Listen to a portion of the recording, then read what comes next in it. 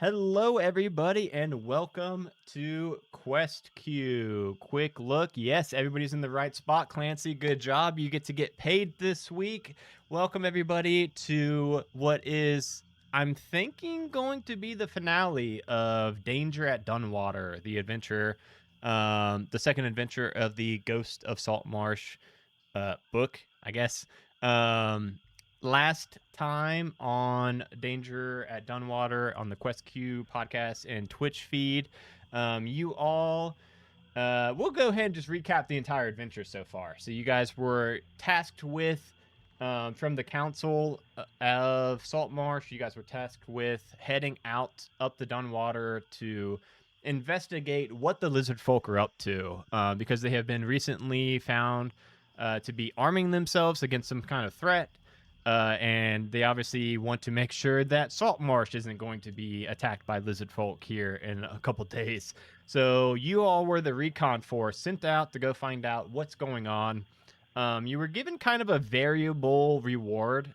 You were giving a minimum of 40 or 50 gold, one of those. We'll obviously added in the right number here. Obviously, one of us will have that, but based on how much information you all could return, how good of a result you could return. Fireborn did mention that obviously you guys could be paid a little bit more handsomely depending on the kind of information you all are able to bring back. And with all that, you all set off. You got attacked by a giant snake while paddling your boat. You killed it, or at least scared it off. It ended up parking your boat up near where you were attacked by that snake so that you guys could walk through the marsh and approach the lizard folk lair from the land instead of by the river. Came upon two lizard folk that were defending the entrance to the lair. Met one, figured out his name was Liz, and he's currently practicing learning common. He, after a little bit of pantomime and finding out what you guys were actually there to do, he ended up taking you to meet with the Queen, Queen Snapjaw. Queen Snapjaw was currently in the middle of a summit between a couple different factions, mostly water-based creatures. After that summit ended, Liz let you all enter to go talk with Queen Snapjaw. Found out that the Sour Gwyn have recently kicked out the lizard folk from their homeland off to the west underwater, and this is kind of their fallback base here. So that is why they have returned to this area near Saltmarsh, and that is also the reason why they are currently arming themselves and trying to get more advanced weapons and armor than lizard folk usually use, because they are attempting to build an alliance and go and reclaim their home from the Sour Gwyn. And in doing so, she also mentioned that she never reached out to Saltmarsh for an alliance because haven't always had the best relationships in the past with Saltmarsh, and B, didn't really know how helpful land dwellers would be as an alliance for a battle that is probably going to be mostly underwater upcoming. But she was convinced by you all to at least give you all a chance to prove her wrong, and gave you all two quests or errands to run to prove that Saltmarsh is worthy. You guys were given the quest to slay Thousand Teeth the Dreadful, the big evil crocodile who has killed 3 of their hunting parties in the last couple months, and also retrieve their they just called it a helmet, but some bullywugs actually recently stole their helmet of underwater action, and they haven't quite had the time to go and reclaim that yet. Should be pretty simple. Bullywugs, you guys would all know, they're just kind of big frog people, so they should be fine. But yeah, you guys last session killed Thousand Teeth the Dreadful, and we're now just left with heading up and reclaiming that helmet from the bullywugs. However, we did leave off with Gabo pointing out that there is a whole lot of crocodile meat here. So I think where we left off, the idea was You guys were gonna take a little bit of a detour, go get the boat so you can load up this crocodile carcass, and then after you do all the other boring bullshit, you guys could go back to Saltmarsh and I think open up a new restaurant. I think that's what the goal was gonna be. Um, so with all that, let's go ahead and do our intro slash warm up RP question. So we're gonna go ahead and go down the line before we hop into the scene. And again, we'll go down the overlay. So it's gonna go Jeremy, Danny, Megan, Lucas, Charlie, just so you guys are all ready. But Gabo, Jeremy, Gabo, what is something that your character wants but would never tell anybody? What does Gabo want? I would never tell anyone? Yeah, so it's like it's got to be. I don't know. I guess if you would be embarrassed by it, or if I guess if it was illegal, you wouldn't tell anybody either. But Gabo probably, I feel like he probably wishes people didn't look down at him and other goblins the way they do. Even though he'd never act that way, he always kind of has this like, yeah, well, screw him type attitude. Like that's just the way things are. But I feel like it probably affects him more than he would normally let on emotionally. okay, awesome. What about Kenrick, Danny? Henrik will not admit it because it's not her image, but she'd really like a puppy, like a little tiny dog, like a little fluffy white dog. It is not at all her vibe. She should be like a Doberman sort of person if she does a dog at all. But no, she wants a tiny fluffy white puppy. Okay, well, now I kind of want a tiny white fluffy puppy too. Damn it. Right? They're adorable. Okay, and Megan, what's Jess always wanted? I know you gave me two people ahead of me. I still feel like I can put I on the know. spot. Oh man. That's why I made the Majestic Goose members go first. I'm Go like, you know first. what? Yeah. They're used to it by now. I think just probably become accustomed to like being part of this clerical order where she gets sent out on missions all the time. And I think what she probably wants is to get to be one of the people who get to give the orders and not have to do all the orders. She's like, I've done my job. It's someone else's turn. But she knows that she says that she's gonna get in trouble.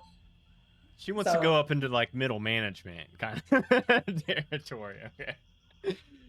Lucas, what about Reggie? What's something Reggie's always wanted? Like probably like a house, but he's never actually like had like he's always been like camping and stuff instead. But like I feel like he'd be happy to have like a house or like at least like an apartment or something where you can like actually like cook regular meals and not have to like light a fire every night and like camp in the wilderness and like we get bit by bugs every 2 hours. Yeah, I mean, yeah, that totally makes sense. And then I would assume that Reggie's more trying to be like, oh no, I'm living outdoors by choice for sure, but really it's the haunted one background. Reggie's not quite. I don't think Reggie has a lot of realty options, right? Like I don't even think you can sleep indoors at night anyway. So yeah, I would think that would be a big one too. And Charlie, what about Cece? What is something that Cece has always been wanting? I think Cece would like to be able to do some magic. Because she watches other people doing it, and she's like, "Oh, that looks good," and she kind of like wants to be able to, turn herself into something different. So people maybe won't look down at her, maybe look up at her. Ooh. Okay, so I hope as this the overarching quest queue continues and we continue through the Ghost of Saltmarsh and all the other adventures and stuff. I really do hope that throughout the time we do see these characters grown, developed, because now we know, at least something that they all are kind of striving for and wanting. And I would be very curious to see how all of those end up actually working out. However, that's the story for another day. For tonight, we will drop right back in with, hey, I know a couple of you all said that you were listening to it recently. Does anybody remember what time of day it was currently when we killed Thousand Tooth? Was it night? It was pretty late. I pretty was late? actually considering asking, like, when we kick back in, like, if we're late enough, what do we want to do about sleep? Yeah, so let's see. So you guys left Saltmarsh in the morning. You arrived at the Dunwater about noonish. Went in, met the queen, got your task, and I think you guys made it to. I would think you'd probably be able to have made it to Thousand Teeth by. I think was it like mid to late afternoon, like 4 or 5 p.m. Yeah, he said it takes a couple hours to get there. A couple hours to get there. I thought it was a little bit later than 5. As I remember you specifically saying you wanted it to be late to use the map. That's Okay, right. yeah, I did see that definitely Yep. tracks. Okay, we'll say that. You know what? We'll say that it is the post fall equinox. So the days are getting shorter right now, of course, right? And that's why it's nighttime here. We'll say that it's like 7 p.m. at night right now. And that being said, the sun has mostly set by this point. Even though you would think that you guys have a couple hours, before like true night. So I just want to figure out what you guys want to do and how you guys want to approach. I know we talked about getting the boat and getting the crocodile carcass, but I'll now drop it to you all to discuss how you want to proceed. Well, Gabo it's a was long making his way way. to get the boat, right? He left. I don't know who went with him. Some people stayed back, and some people went with Gabo, I feel like. Because Gabo was walking back to get the boat, which was going to take a while. Like an Okay, hour let's or do something. that. Let's say that. Okay. I So just can't remember who went with Gabo. yeah, who let's stayed. establish that. Is everybody going or is anybody staying? Oh no, some of us have to stay to keep watch over the parts. There's a lot here, Yeah. and we don't want scavengers to get it.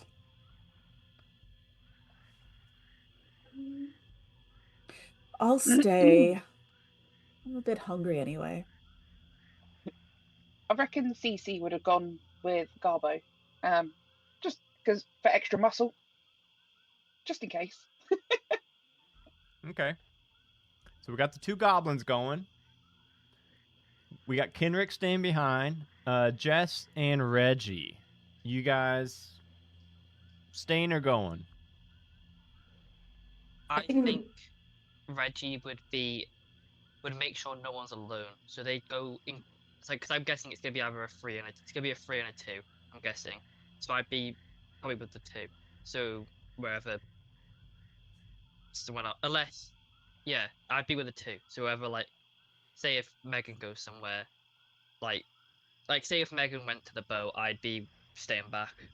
I was gonna do the same thing. Oh, whichever way you go, I'll take the opposite. Well, to make it even more complicated, Liz is also there. So Liz can also either stay back or go. So we could keep it a split 3 and 3 Yeah. if that's going to change anybody's mind. You know what? I'll just go with CC and Gabo. Just Okay. So she then also I'll stay back then. remembers that Gabo got chomped pretty bad and is gonna try to take care of that while they're working on getting the boat. Okay. So yeah, Liz will stay back with Reggie and Kenrick then. Jess, Gabo, and Cece can go on a walk and go and reclaim the boat. We'll say that why don't Gabo, CC, and Jess, why don't you three all roll me a survival check real quick? Let's see if it's going to take you that 30 minutes that you guys thought it would take you, or if it's going to take a little bit longer than that. Why? Because we have short goblin legs? Is that what you're trying to say? It's more of a going through the jungle. Okay, wait, roll twice for CC, and they were both 7. Oh, for How some do you reason, white roll twice? yeah. Well, Jess got a 21, and then forgot. Okay, is it? Yeah, but it is- shouldn't be a 13. It should be a 15. It keeps not adding my proficiency. Is I'm roll proficient with that 20 skill. just against 20's goblins? having issues. Well, it's only the goblins that are rolling twice. Okay. I mean, I tried to should be a play it because I 15. rolled a real die. Okay, well that makes sense then. I think it's gonna be mostly Jess and Gabo kind of leading the way. With those rolls, with a 7, a 13, and a 21, we'll say that it takes you guys about an hour total to get to the boat and bring it back to your friends.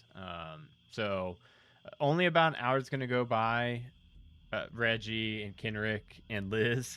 So I don't know if you guys have anything you want to be doing during that hour, if you're just hanging out, resting, eating some food.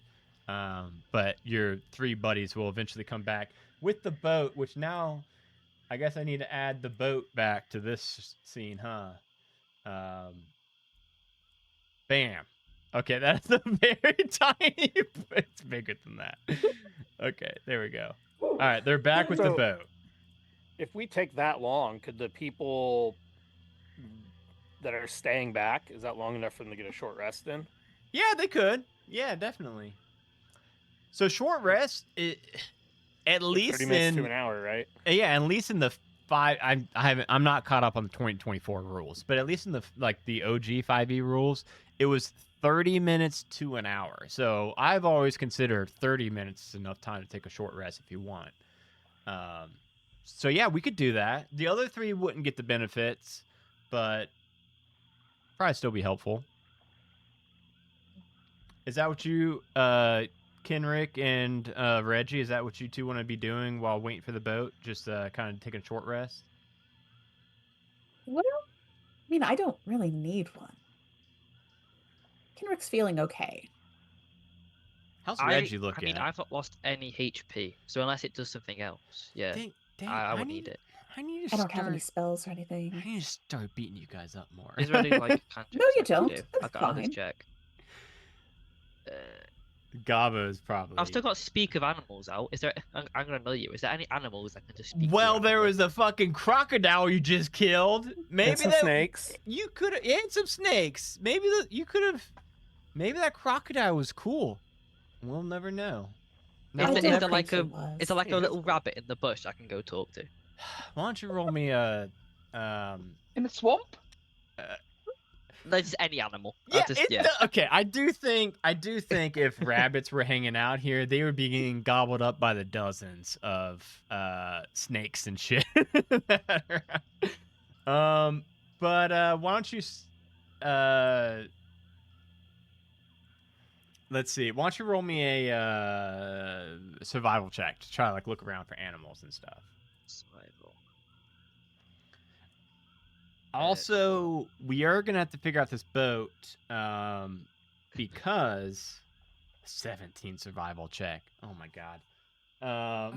It's the ranger. Yeah. Only +3 to be fair. Yeah. Honestly, I would have expected even more than that, but yeah, still with 17. Yeah, you'll find a swamp. Guys, what kind of animals are in swamps? A swamp, a toad, Rats, snakes. big toad. It's the Bugs. size of a head. It's like the size of your head. You find a toad. As your friends are all jumping in the boat, and then and working on loading in Thousand Teeth's body into the boat, which we're okay. What the? What is this? Who's doing this? That's his body. So Oh, okay, Jeremy. Gabo's I was like, gonna- what the fuck? My hands reeled. I'm like, I'm not doing no, that. it's because I still have DM privileges Okay. and I know roll 20 a lot better than you. That's what I was gonna say. Is about you guys are gonna. Okay, I see you shrinking his body, Jeremy. That is a big ass gator crocodile. Well, I was gonna say whenever you're ready, I was gonna say I'm not taking the whole body. Oh, That just wouldn't chop. fit. That's bigger in Okay. the boat, probably. Yeah, and that's what I was gonna get to. But okay, so yeah, if you want to just chop up enough space, enough meat to fit in just the back part of the boat, that definitely could Well, work. Gabo wants the head from like the back of the jaw forward, the whole head, right? To put up because he wants to put it up in the tavern when he gets it, and then he wants to harvest the whole back because his grandiose idea is that he's going to use the back to furnish all the bar seats right around the front to like make the stools at the bar as well. He's got this grand plan, so he's going to be whenever we arrive. That's going to be he's going to just immediately start going and working and trying to cut this thing up and all that. Plus, don't we have to bring back evidence to the? I'm gonna be pissed if they want to keep the head, but we're taking because it's not theirs. But we need evidence, right? Well, Liz is here. He can attest. Oh yeah, Liz is here. The guy did nothing. No, so He killed the thing. dude, I completely forgot about this during. I really hope no one noticed that. But fuck you, Jeremy. Yeah, okay, you can fit that. Also, you would know, honestly, there is a reason, and I think you would know this. Anybody who's been around Saltmarsh or around lizard folk, you know, any amount of time, you'd probably know that they see the crocodiles and alligators as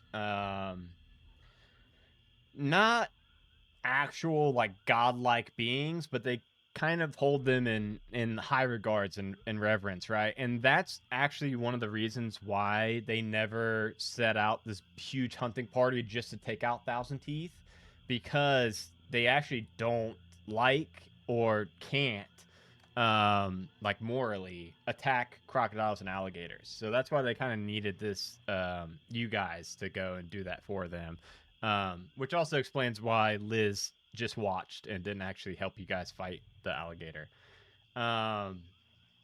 But okay, That's so why. That's the reason. that's the reason. Right. But you do have enough meat. We will circle back now to Reggie. Where the fuck did you go? I see. I see. I'm in the little bush at the top. Yeah. Okay. I found you. Yeah, you find a. Actually, let's say it's a turtle. I think a turtle's funnier. So we're gonna say you find a big turtle. Hello, man. How are you? Did you cast the spell yet or not? Because if not, I already had it. I already Okay. had it on for the crocodile. Yeah. oh yeah, okay. How long does it stay up though? Talk with animals. I think it's an hour. It's too So it long. definitely should still be up. Because Charlie, if I did this straight away, it should be. Charlie, it is too long. I'll Oh, just it's say that. it's 10 minutes. Still So too I long. think Still too long. Should be like 15 seconds. But okay. Jeremy, yeah, you just keep messing with that boat, buddy. You, you just have fun with it. Well, I had to get it on the screen. You moved it, so I had to get it on the screen for our viewers. Okay, well, Reggie, when you talk to this turtle, it's gonna very slowly turn its head towards you, and its eyes are gonna slowly start opening up super wide. Hey, hello. are you talking to me? Yes, I am. Oh. How? Some magic, that's all. Oh.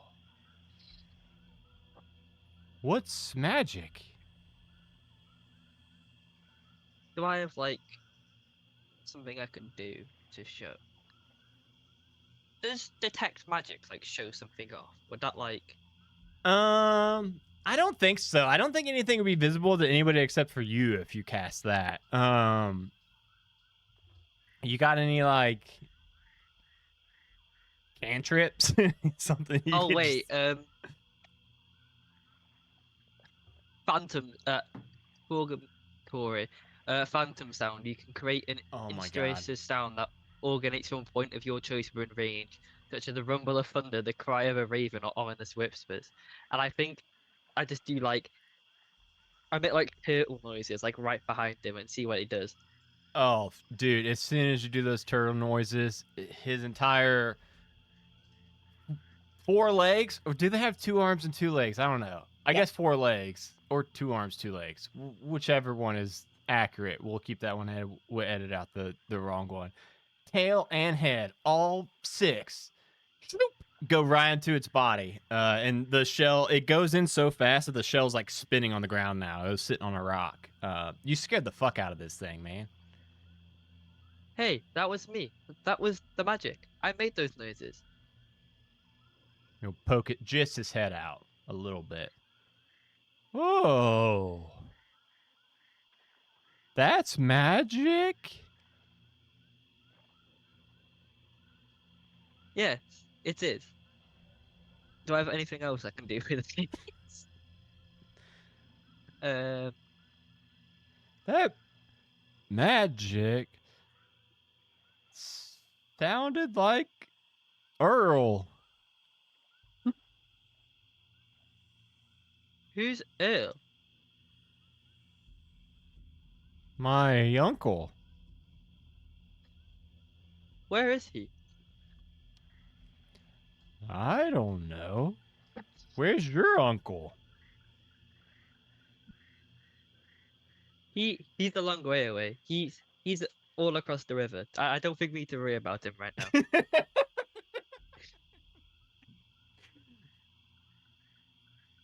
Oh, he's gonna his legs and I was gonna say arms and legs. I don't know if there's arms and legs or just all legs. All of his legs are gonna just slowly come out.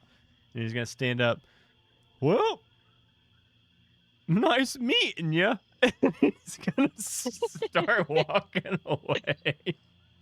Unless you got anything you really want to get out of this turtle. He's just kind of I honestly just wanted to hear the voice. okay. That's all. That's what I figured. If you do And then- have anything, you got a couple more minutes to chat with him. Otherwise, he just thought the magic was pretty cool, and now he's just leaving. So, Yeah, that was it. all right. Well, Why am I under the boat? He just put me under the boat. Jeremy, Jeremy, I did nothing. Jeremy, fix it. Right click it and hit move to front. Bring to front. Bring to front. I don't know what you want me to do. There. I sent the boat to the back. There you That's how we go. do it. Smart.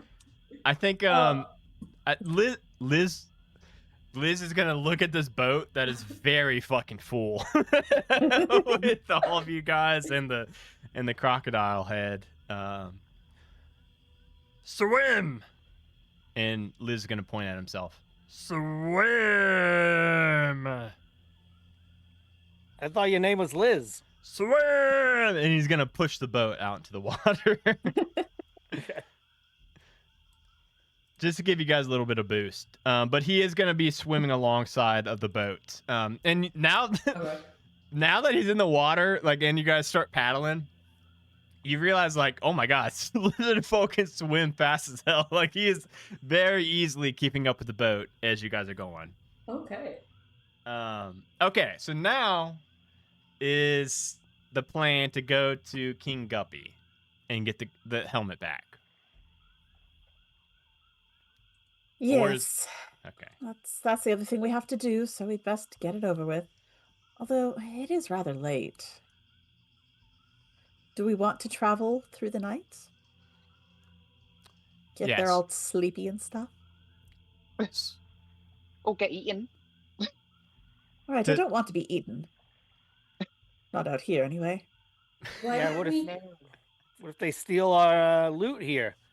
Can't Why have them don't we- taking our gator head. Yeah, why don't we camp out near their home? Liz can sleep in his own bed. We can camp right outside and take turns keeping an eye on the crocodile. And then in the morning, we go. Sounds reasonable Sounds to me. good to me.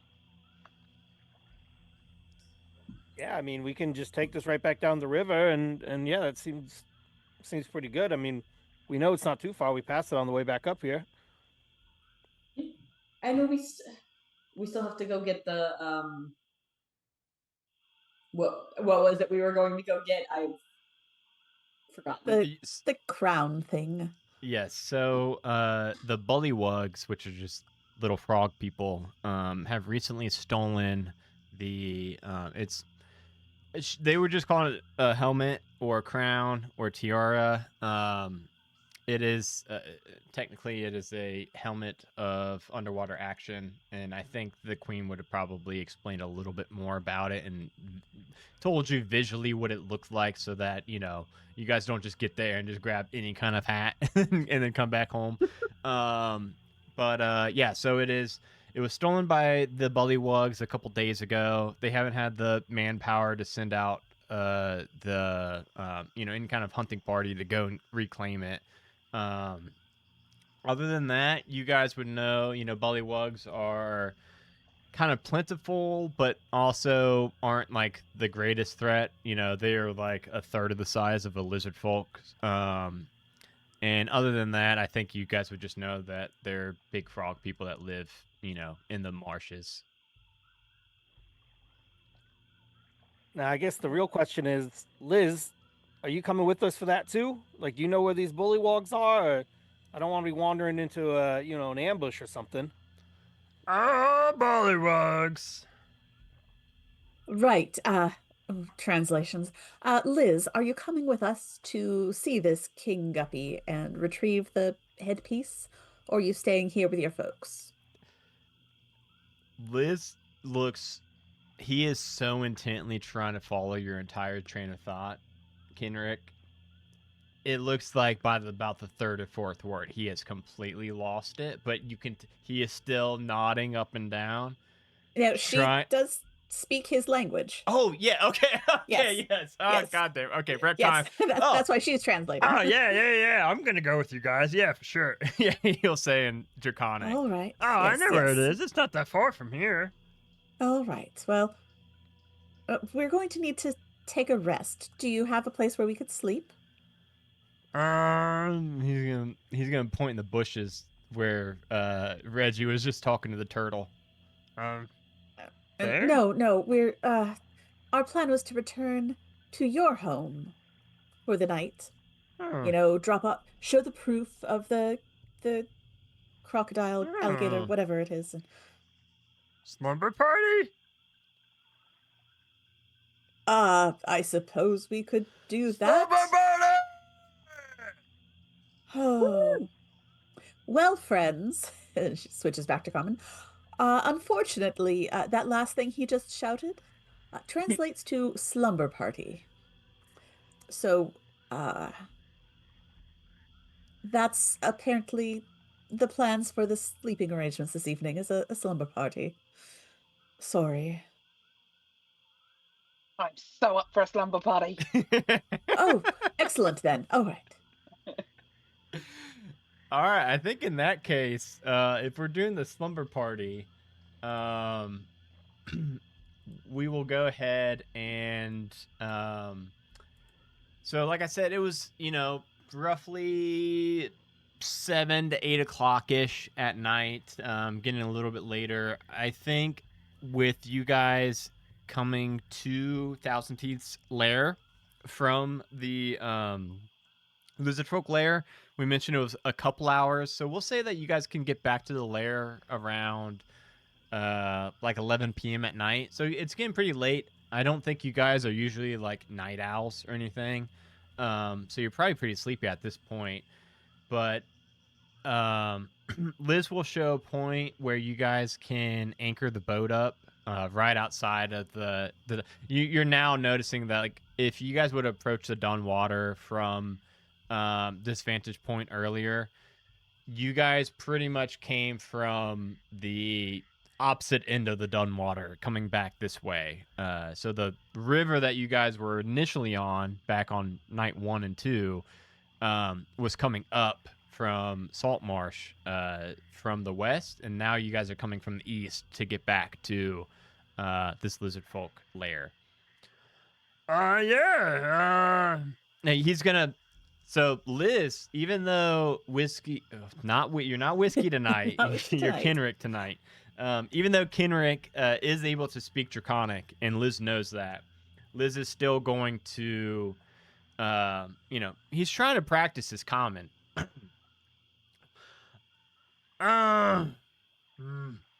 gonna get out and, well, I guess he wasn't in the boat this entire time. He's been swimming, so he's just walking up on the shore. He's gonna point at a tree. Heavy. Yes, trees are quite heavy. And he's gonna point at the boat, and then back at the tree. Heavy.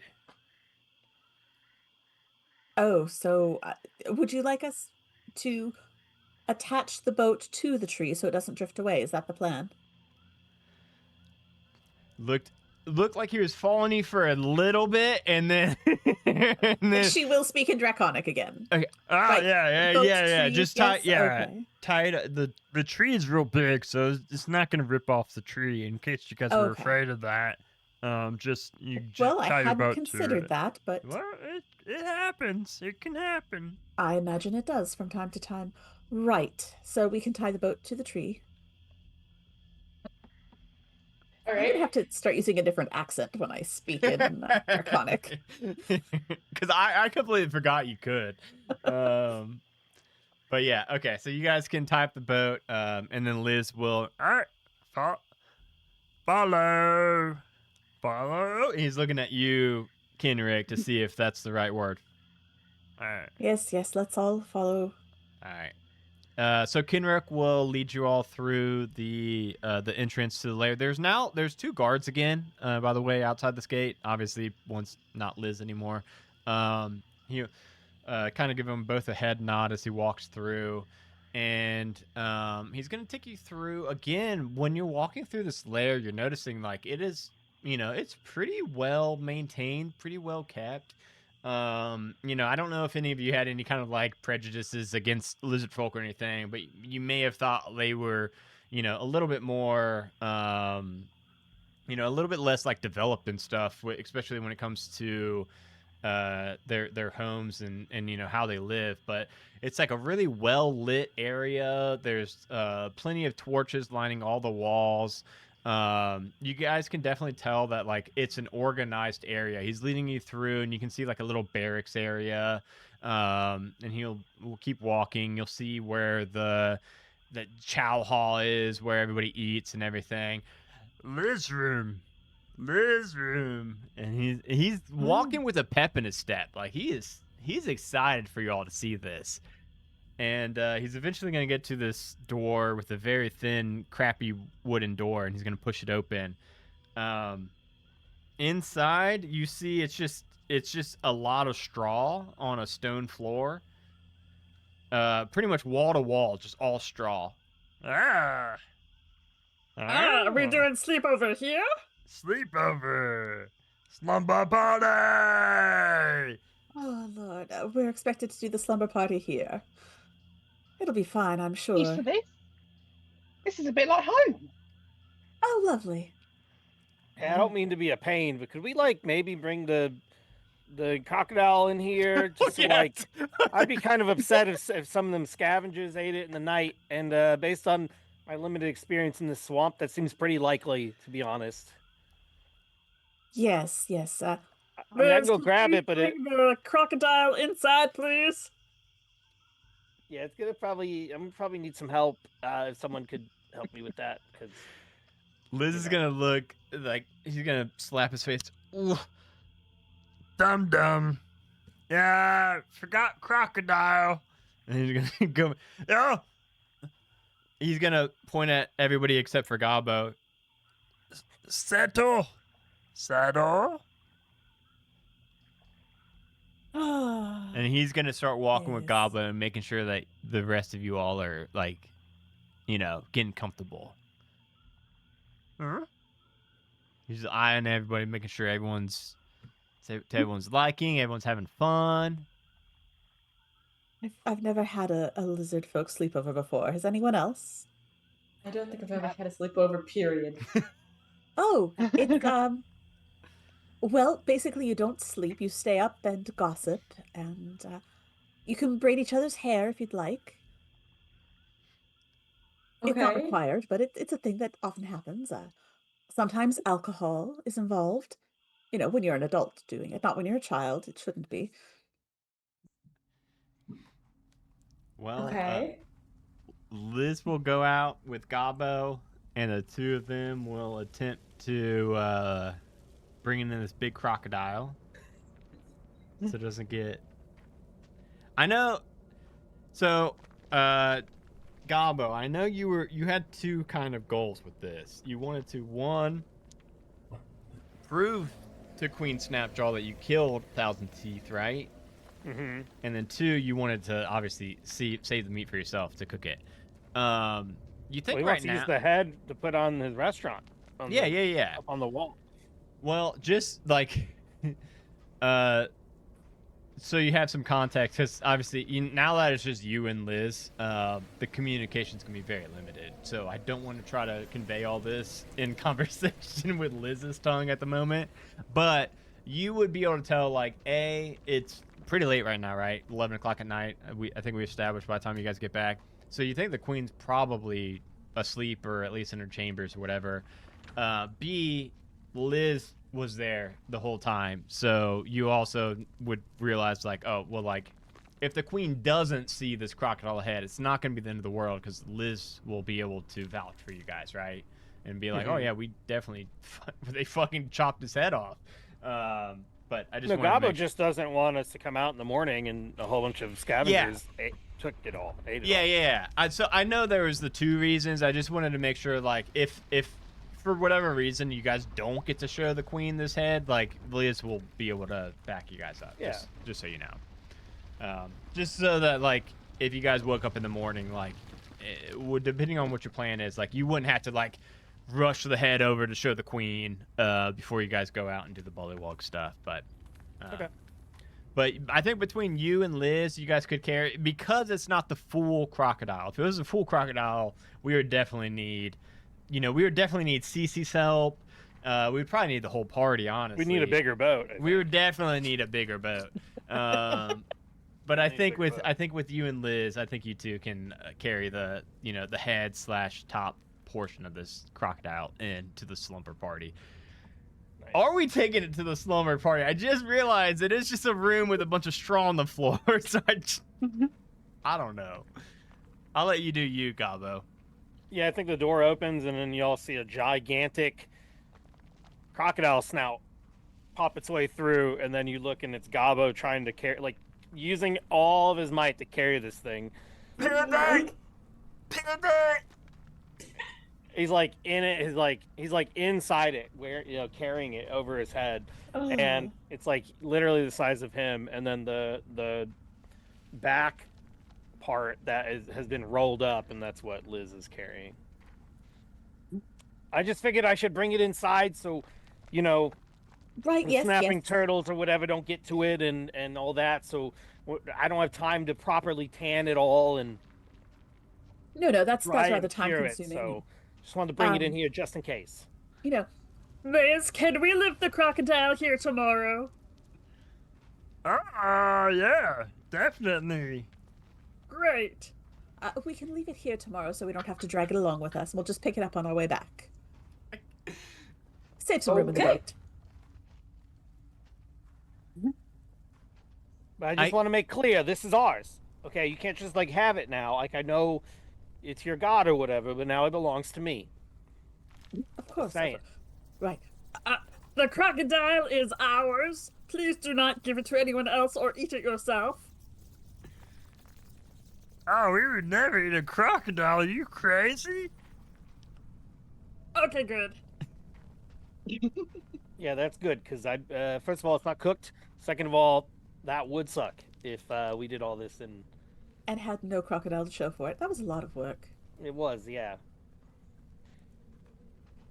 But speaking of which, I'm ready to get rested and ready for tomorrow, rejuvenated. He's gonna start pulling out the turkey jerky, start eating some turkey jerky, resting up and all that. Adam, are we gonna have time for an entire long rest? Yeah, I mean, yeah, I think so. I mean, you guys are going to see. I think a long rest can be like 6 hours or so.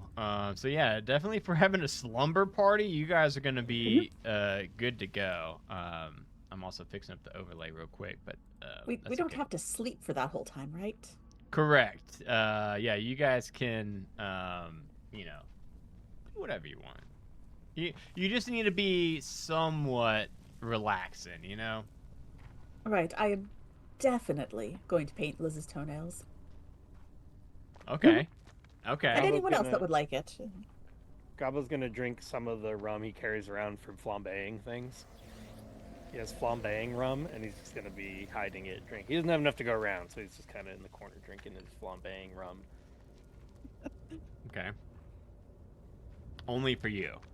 Yeah, he doesn't have enough to share. It's like a small thing that's made for cooking. He just doesn't have any other alcohol or anything with him. He doesn't have time to cook a meal inside this lizard folk cave or the ingredients. So it's just off in the corner. Yeah, how's everybody else spending their slumber party time? I think just to set the scene for Liz, I think when you start painting Liz's toenails, Kenrick, it is probably within 10 to 15 minutes Liz passes out. Definitely doesn't seem like he usually hangs this late. He's definitely more of a morning shift guard duty person. But that doesn't stop you from being able to paint his toes. So you can keep going. They're going to be a lovely bright shade of pink. Whether he likes it or not. That's what happens when you fall asleep first at a slumber party. Yes. Things happen. I think Jess is seeing all the painting and whatever is going on, and she's trying to like get it, like, okay, what is this summer party about? And she remembers that Kenrick mentioned, like, sometimes we braid each other's hair. And she's like, who has hair that I can braid? She's like, okay, maybe Cece, your hair's not really long enough, and I can't really do my own. So You could do Reggie's beard is also very This is long. true. This is true. Reggie has a majestic beard, and Kenrick has a lot of hair. You've got options. You've got options Yes, for sure. This is true. We might have to have a second slumber party after we do. Does Liz have hair? Like you could like. I do. Liz I don't think Filtered Hope potentially Liz has does hair. not have hair. Liz is completely bald, and no facial hair, and is still passed out. But I guess it doesn't matter. I guess if Liz was passed out, as long as Liz had hair, you could still braid his hair. I think Jess will ask Kenrick if she's okay with it, since she's the one who mentioned the idea in the first place. And then, like, I'm still getting my hang of what am I doing? Yeah, oh, certainly, yes. And if you'd like, I could do your nails afterwards. I've never had my nails done. Oh, Okay. We'll do that. We'll take care of you. Pamper her. A little bit of rest in there, but Make sure I don't forget to hit the long rest button because it spells lost. oh, yes. Okay, so unless anyone has any other slumber party scenes we want to do, which I am here for, I'm fucking loving every minute of this. We can fast track to the morning and have everybody go ahead and take a long rest, which is gonna make things way easier for you guys. I wasn't. I wasn't expecting a slumber party montage, but I do love it. But also now you guys are all nice and replenished and ready to rock and roll. Liz is actually going to be the first one up. So who do we think would be the first of you five to wake up? Like, who's like the biggest morning bird? Not Kenrick. No. The sun None is of you? unpleasant. Like tense. I'd have like sunlight and stuff on me. Yeah, so you would, Lucas, like your character's name, Reggie would probably be an early riser, right? Like rising with the sunlight? Okay, so then let's say, Reggie, you're the first one of you five to wake up, and you'll wake up and you'll see Liz is just kind of sitting in the corner with his back up against the wall, like straight, like fully up against the wall with his legs flat up across from him. And he's just staring at you guys. Like waiting for you guys to wake up. He doesn't know what's going on, like how long to let you guys sleep for. He doesn't know how long non-lizard folk sleep. So he's just kind of sitting there waiting. Morning. Huh? He's gonna give you a thumbs up to like see if that word was right. Morning. Morning. I'll say this in Draconic so he knows I can speak Draconic. You can speak. God damn it! But you gotta use the accent. Yeah, you do. You now Aww. see. Go for it, Lucas. It's not hard. It's okay. Right. Can one of you do the accent like once more? I just wanna make Morning sure I get it. time. Is it morning? Morning. Yeah. Good. Okay, friends. You want to wake them up?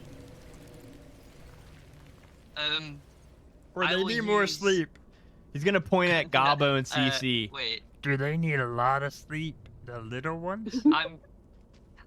I don't think Reggie cares about sleep. As soon as he hears Liz say wake up, he's gonna use full Gumatory and he's gonna use booming voice and just absolutely shout morning and see if it wakes everyone up. My understanding of thaumaturgy is that it is very loud. So Your I do voice believe. booms up to 3 times as loud as normal for a minute, and then I have advantage on charisma. Yeah. I think we can go ahead and just say that wakes everyone up for the sake of time. Jeez, why are you shouting? It's like not even noon yet. I hate you. Liz is also like holding his little ear stalk things, ear holes.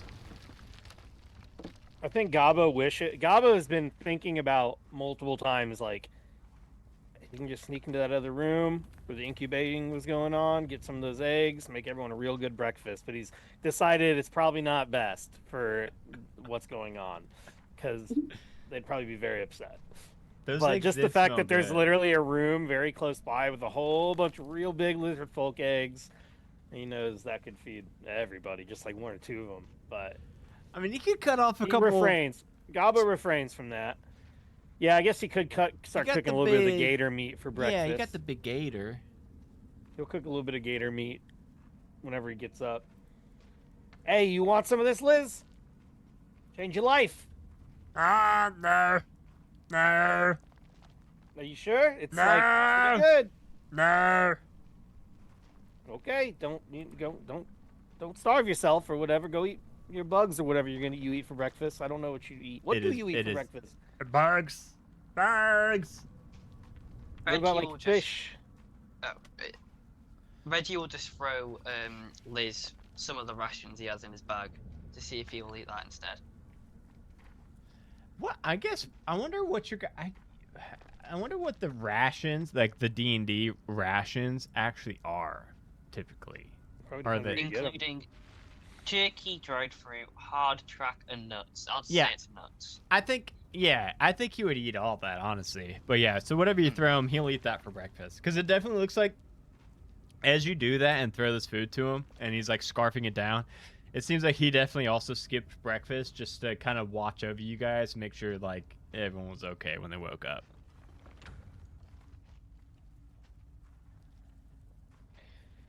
So yeah, let's go kill ourselves a frog king or whatever. What are we supposed to do again? Just take a crown, or we're supposed to like? Yeah, I don't think we Massacre have them, to or- kill him. Yeah, I don't remember time to kill him. We didn't actually get instructions about the state we were supposed to leave him in. Just that we were supposed to get the crown. Hey Liz, are we supposed Helmet. to kill the guy or just get the crown? Helmet. Just Helmet? helmet. Okay, but are we supposed to kill him? If you want. Oh, will we get in trouble? I'm not your boss. All right, well, apparently there's no specific direction about killing or not, so whatever we feel like, I suppose, when we get there. He's gonna. And when we come back, then we'll kill your queen. Okay. That's Gobbo is trying his best. I was to gonna imitate. say I know He was you trying don't to say. speak to He was him. trying to say like, oh, we'll go get the crown or whatever and bring it to your queen. But then it sounded more like we're gonna come back and kill your queen. Yeah, he's gonna he's gonna look at you and he's gonna like slowly start reaching for his spear. I No, know. I Do it think you right. got that wrong, Gobbo. We're not going to kill the queen. We're going to present evidence to her, yes? Yeah, that's what I said. We'll get the crown. We'll bring it to the No, queen. you told him that we were going to kill the queen. Yeah, it's like the same. It's fine. He gets it. Language is hard. Sorry, Liz. All right, sorry. I was trying to learn something today. I guess I'll. No, you did a great job, just a slightly wrong version of the verb that almost got us killed, so... But that's why we have translators, to hopefully avoid the unnecessary death of us. Other people's, whatever. This is my new favorite D&D mechanic, making anybody who has to do a like comprehend languages or speak with animals or whatever, making them have to do the same voice. Oh, I didn't do the turtle. I didn't think of it at that time, but yes, I should have. Retroactively, I'll start doing that now because I do love this. He'll add it in post. I'll add it in post. It's okay. I'll tweak your audio. I'll figure it out. Look at, I say all that and I barely edit this show. All right. Well, if that's all, so if everyone's got full bellies and ready to go, Liz knows exactly where King Guppy is and can lead you and is ready to go whenever you guys are, unless you guys want to do anything else beforehand. I suppose it's time to go.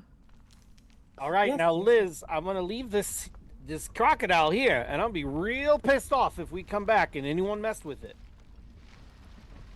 Peon? No. Don't put on it. No, No. don't let anyone else mess with the crocodile. Tell Oh, your friends. Don't touch it. He said pee on it. But he's learning. Oh, I'm Oh, learning too. I said that in my normal voice. This isn't on me. This is on you. I thought it was this voice you said it, but it's okay. It's fine. We'll go. Let's go. All right. I think Jess has been watching this interaction, like watching a ping pong match. She's like, Jess is All just right. surrounded by monsters, effectively. what have I become? Every person Vampire, has lizard, razor goblin, sharp just- teeth. Wait, You've got. I know Gobbo can speak Gnomish as well. I'm just gonna start speaking absolute nonsense in Gnomish to Gobbo and see what Jess does. She does not understand. I do just love it's literally two goblins, a vampire pretty much, Don't and care, then a thank you. tiefling, and then a lizard folk Yes. and Liz, and then Jess, the human, the human cleric Just the who's human. like, what the where am I? Wait, what language is just now? Oh, I had him in here somewhere. Where did he go? She speaks Dwarvish, Elvish, Common, and Celestial, I think. Yeah. They've been So funny all if the they- like normal humanoid languages, which have been absolutely useless. for this game. Yes. To be fair, most languages while you're playing D&D usually are pointless. However, a lot of people ended up picking Draconic for this one, which is with the lizard folk. But that's fine. It actually Doesn't works Rob speak GIF or something? out. Oh, Rob speaks a lot of Or weird info, shit speaks on GIF. info. Info does. Not I GIF. guess Rob does. GIF. Like Yeah. the random space hippo. Yes. I remember there being other weird ones too. And Luxodon. Those come from.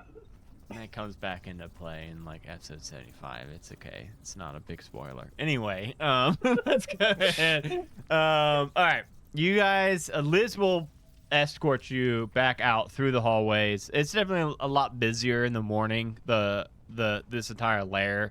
You guys, I want to make sure that you're aware that how kind of dense and crowded this entire area is. It's like fortress, den, lair. I've been using all the words interchangeably, but definitely in the morning, now that you guys are heading out at like 8 or 9 in the morning, this place is actually pretty bustling. Like you'll be walking by just on your short walk out to the exit, probably 20 to 30 lizard folk you guys have walked by at this point, you know, just going off in different various ways.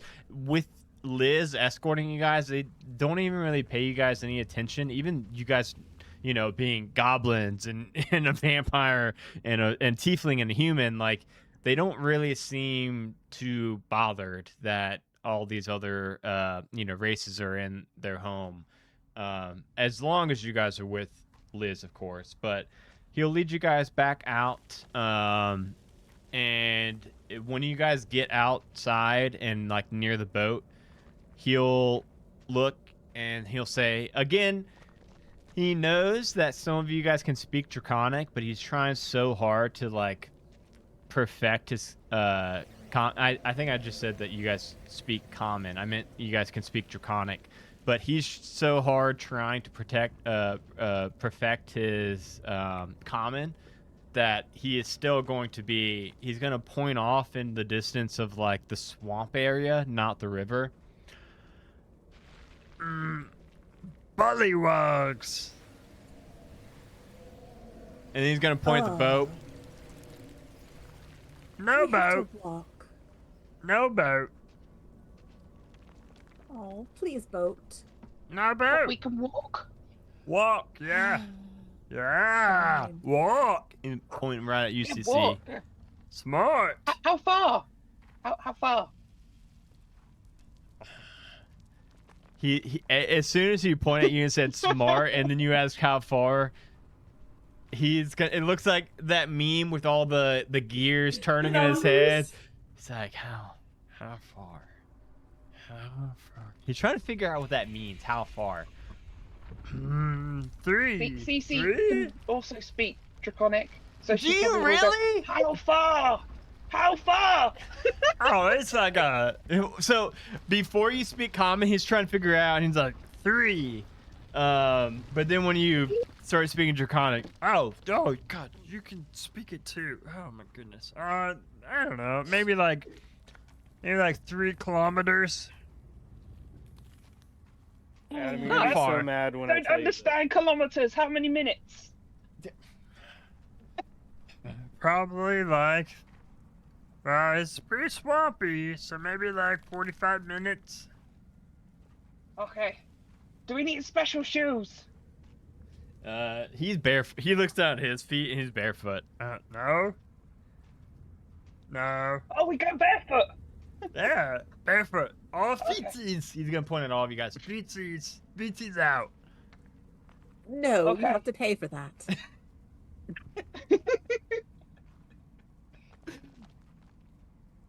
All right, we ready? Well, actually, I have a question. I've never really seen a bullywog before. I've only seen one, but he was like super dead and like dried to a rock and dehydrated and stuff. How big are they? Is this gonna be like difficult? Are they like bigger than me? You know, that's a good question. How big are they? Bullywug? Yeah. Big. Little. Little. And he's gonna hold out his hand about belly button height to him. So like 2.5, 3 feet. Little. So about the height of the goblins and the dump here. Yes, Okay. it would be he's holding actually while he's like holding his hand to his own belly button. Actually, do lizards have belly buttons? I guess No, I they're guess from I an guess they egg. don't. They're from They eggs. I guess don't. they don't have belly buttons. I'm just now realizing that as I say it out loud. Well, he's gonna put it to where a belly button would be on him, if you would imagine one, and then he's going to kind of look over at Gobbo, and he's gonna like side shuffle a little bit closer to Gobbo, and then just put the hand like right over Gobbo's head. It's about this big. All right. Yes. How tall is Liz?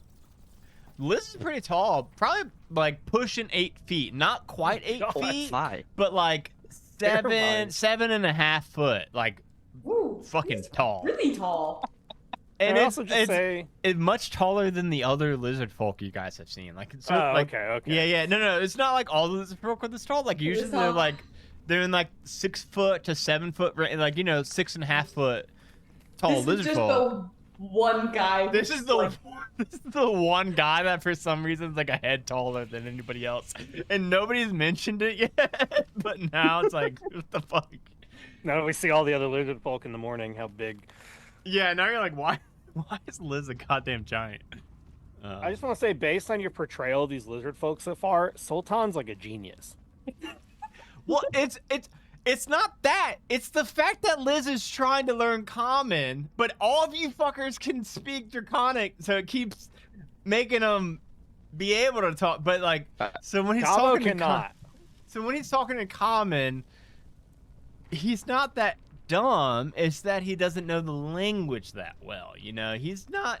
Liz is not a dumb lizard folk. Liz is just he is a aspirational lizard folk and wants to get really fluent in Common. And that's the whole reason why Queen Snapjaw even sent him with you guys. He was like, yeah, he's trying to practice his Common. Like, I'll send him with a bunch of people who speak Common. However, you fuckers keep speaking in Draconic to him. So he's not getting a lot of practice, but that's okay. He doesn't need it. He's trying. He's doing really good. It's fine. All right. All right, Liz, here's the deal. We're going to go out there and we're going to go try to get this crown, right? Is there anything else? Do we need to, like, kill some of these guys? Would it be better if we didn't kill them? You know, I don't want to cause, like, a whole war between you and them or something. Or are they pretty much, you know, kind of already, are we past that? And you want us to Do just we wipe want them a out? war? Real quick. Because I'm not above making some frog legs for dinner. You know what I mean? Like, I'm pretty hungry here. Anyways. Gabo, did we establish that you also speak Draconic? Gabo, He does Gabo not. does not. Okay, I wanted to, So I wanted to this is figure all out very how fast. much of that actually translates to Liz or not. No. Yeah. Very little. Goblin and Dwarvish Okay. and Common and Okay. Gnomish. Liz will, he's watching you so intently this entire sentence or paragraph you said.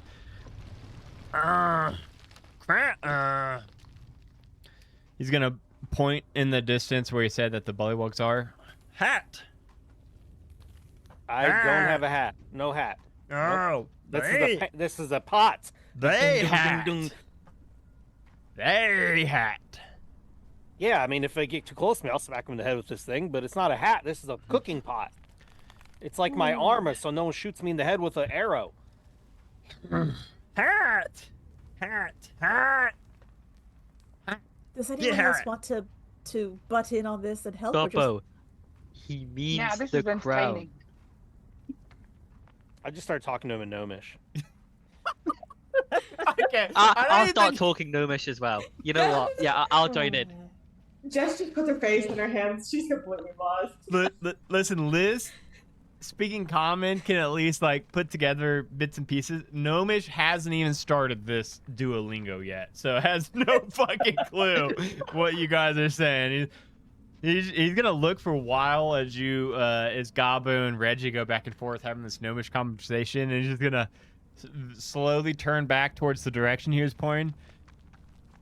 And he's just gonna start walking, and he's not even looking to see if anyone's following him or not. He's just going. He's going. I'll follow. Liz, do you want us to kill them? Are we already at war? We want hat back. Right, but if we kill them, will it start something? Bullywug don't even matter. Okay, so if we kill them, it's okay? He's just gonna give double thumbs up. Alright. Don't gotta kill him. Kill him if you Okay. want. Okay, we don't want to start an incident if we don't have to. It's fine. They're little. Okay. Start incident. Don't start incident. Just get hat back. All right. Well, Gabo, if you're done your international conversation here, we can kill them or not. It's up to us. There is no current war, and they don't seem to be concerned about starting a war. Apparently, they don't think very highly of the little ones like us. So we'll say that after Liz leads you all for a little while through the marshes, it only like they expected. It doesn't take very long before you come upon the site where You might hear it before you actually see it. You see these. I know on the map that's shown right now on the stream and on Roll20, the actual area where these bullywugs are looks pretty like, you know, decently well maintained and stuff. You gotta picture everything on this actual map and overlay is actually a lot more falling apart than it looks. You see a lot of like toppled over sections of wall and fencing, and there's some like docks that go into the river or the marsh a little bit, but they have a lot of missing boards and rotted wood. You guys can even from this distance, as you guys are approaching, you guys will see a couple different bullywugs all scattered about this area on this like central kind of floating island in the marsh. You do see up in this raised large platform the largest bullywug any of you guys have ever seen, which is not saying a whole lot because bullywugs don't get massive. This one's more, he's not tall. It's more of the fact that he is quite literally wider than he is tall. And as you guys are approaching, you can see he's kind of looking over from a raised flat platform with a massive frog. The frog is the size of, it's actually larger than Cece or Gabo. This frog is a medium-sized creature, so it's almost as big as, you know, Jess or Reggie at this point. But with all this going on, you also see in the center of this kind of raised island in the marsh, you see these little raised platforms with some bullywugs on it watching this center area.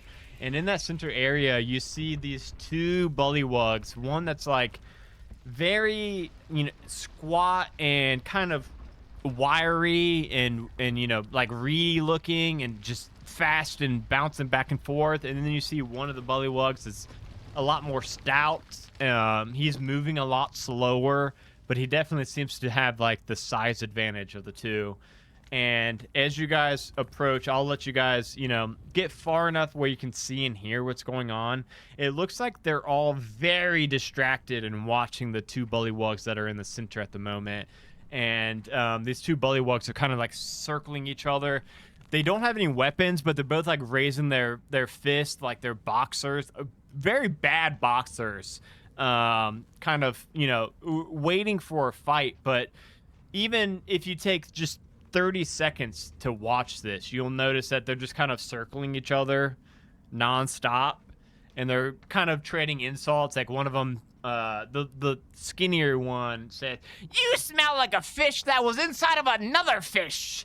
And then the bigger one, who's a little bit slower, is kind of like circling around, countering his circle. "Oh, you hop like you've got 4 left legs. You do have 4 left legs." And you guys can kind of see this whole scene as you guys are approaching. And no matter how much time you guys take, I'll give you guys as long as you want. Everybody is very distracted at this point. They're all watching the two that are circling each other. It seems like this has been going on, even without rolling any kind of insight checks or anything. It seems like this has been going on for at least a couple minutes now. And you guys could even take, you know, a minute, 2 minutes, 3 minutes to watch this. And they never stop circling. They're always circling. They're always just trading these insults back and forth. And it definitely looks like the rest of the bullywugs are kind of like waiting and watching like a gladiator fight. But however long you guys sit and watch this, they're not fighting. They just keep making fun of each other's moms and, you know, the size of the rest. But yeah, they're definitely not fighting yet. So I want to give you guys a little bit. I want to make sure you guys know you've got time. You can make a plan or a scheme or whatever. But this is what the scene that you guys just walked up on is. So a few things I want to clarify. Are we, is the area where the bullywugs are raised, or is it lower than the ground of the swamp? So you guys are currently in, we'll say it's like I'm gonna say waist high water for any of the smaller people. So CC, Gabo, Kenrick, it's probably waist high water that you guys are in right now. And then for Reggie and Reggie and CC and also Liz, it's probably knee high water that you guys are currently in right now. Other than that, the area like the where it looks like the land outline on the map, that is just raised, however many feet it is that you guys are currently in the water. So if if it's down to your knees, it's that high, or if it's down to your waist, it's that high. And then the platforms everybody's in, those are all only about 5 feet off the ground, with the exception of King Guppy and his giant pet frog, which I don't know if I mentioned. He's got a big frog that's like the size of CC and Gabo and Kenrick. Next to him. Actually, it's actually bigger than you guys. Now that I look at it, it's actually the size of Reggie or Jess up there on that platform with him. Okay. But they're all watching the two that are kind of circling, and it. Apparently, they're eventually going to start fighting, but so far, no fighting. The other thing was so the two bullywogs in the very center are the ones fighting. Yes. Yeah. Okay. These two. And then were they yelling at each other in common, or are they talking in their own language? Since that was we're in. not there. Yeah. What language do Bullywug speak? That was, of course. Bullywug. Oh, it's Okay. So you guys couldn't actually hear any of that. We all know Bullywug. Everyone in the party. Liz could Liz would be like kind of translating. I think Liz would know Bullywug. And Liz is kind of, Liz is a purveyor of languages. He tries to learn all that he can. So I think he could kind of be roughly translating, since I hope none of you guys actually know Bullywug. No, I didn't know. And my only other question, I don't mean to keep taking over, but my only other question is, when we're approaching, are we, and this is really for the party more than for Adam, are we approaching in such a way that we're trying to be stealthy? I think so, at least initially. Okay. I think when Jess kind of sees that they're wrapped up in their own thing, she would try to do so as well. As like, maybe we can find a way in without getting noticed. Liz? Okay, so maybe we're like hiding behind this kind of structure over here. Yeah. I also want to make, like, you guys could move around, like, you guys could place your character markers wherever you want. Obviously, you can't get too close, or we'll have to start making, like, stealth checks or something. But you guys can kind of position however you want. Liz will also, Liz is going to point up at that giant frog that's next to King Guppy. You guys would assume it's King Guppy up on the big raised platform, because he is... Out of all the bullywugs you can see, King Guppy is by far the largest. He's not the tallest, vertically, but he is the tallest horizontally, for sure. So he's up on that raised platform, and next to him, you all actually see that big frog that's, the size of Reggie or Jess. That frog is kind of hopping around the platform next to King Guppy. That definitely seems uninterested in the fights, or what's supposed to be a fight, I guess.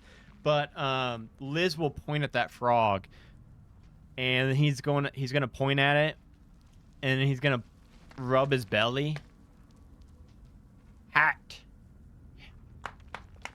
He's gonna keep slapping his belly. The hat in the frog? Ah, hat. Yeah. He's going to point at his mouth and then rub his belly again. Well, that's just weird. All right, well, Why would you eat the crown? that's a fantastic question. Why would you eat the crown? What does it do? Did we find out what it does? Did someone tell us? So they would have told you that it is a helm of underwater action. I mentioned that tonight. We can retcon and say that the Queen would have told you guys what the crown actually is. It's not a crown; it's a helmet. I keep calling it a crown because, there's other crowns in here. But the helm of underwater action, and it pretty much, does a couple things. It lets you breathe underwater. It lets you swim real fast. It pretty much makes it so that, you know, you're fighting force underwater, even if you're not supposed to be.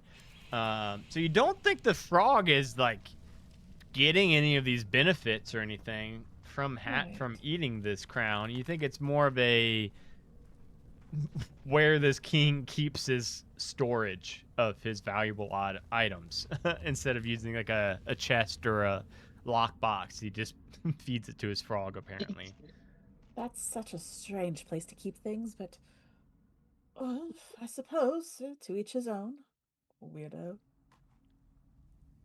So what's our plan here? You think we should just go talk to them, or do we want to come in here on the offensive? I mean, I don't want to just slaughter these guys for no reason, but if we go in there and they're ready to slaughter us, we should at least be prepared. Of course, yes. I could make a distraction if you want.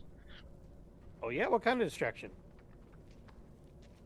I could do the same thing I did to the turtle and just make it like over the bridge. You see the bridge to the right, like of me, like exactly to the right.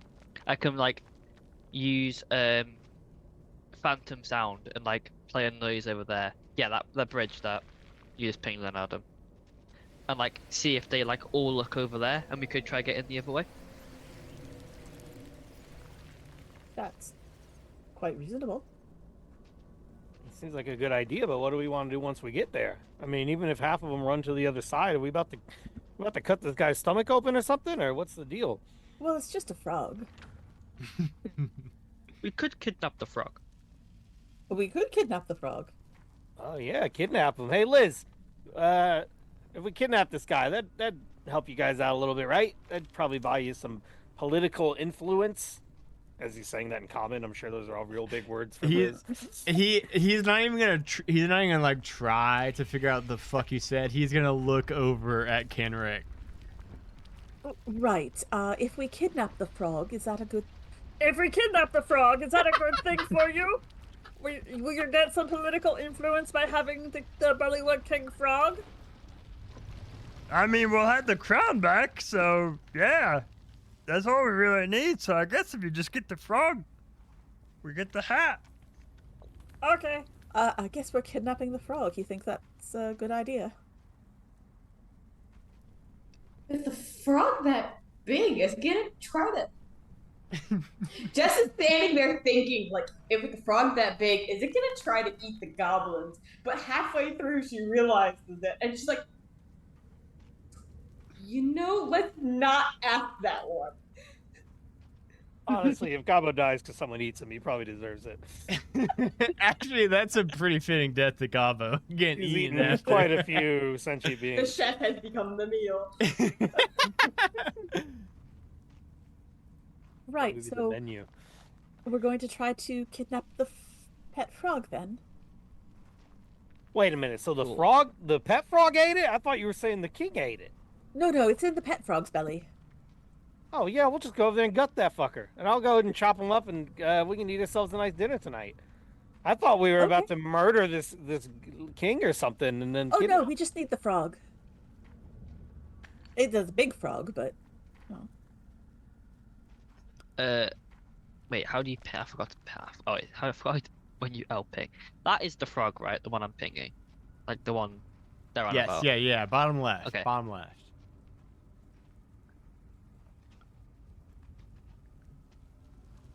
All right. Should I make this distraction then?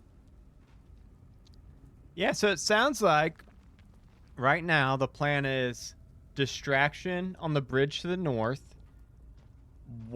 Hopefully, while the bullywugs hopefully get distracted, someone is gonna go steal the frog. I just keep hearing steal the frog. kidnap. I mean- Kidnap the frog. Okay. I just want to because Just we. Yeah. Sorry, Adam. Carry on. No. I was just gonna say we are about to go on break, so I think this is gonna be a very good break / midway point of we'll establish the plan, take our quick break, and then go, and then when we come back, we'll see how the plan actually works out. So let's go ahead and just real quick, you guys iron out any other details you want to do before yeah. break? I will say, I think if I'm using this, I have to stay within 30 feet of the where I'm using it, which might Okay. pose a bit of a problem. I mean, I can. I'm obviously a ranger, so that might help. But like, I won't be able to run in there and actually like help kidnap the frog or like take anything else out. Yeah, definitely. But that's fine. It's just like a We'll work warning around that. in case anyone like asks or. We can work with it, yeah.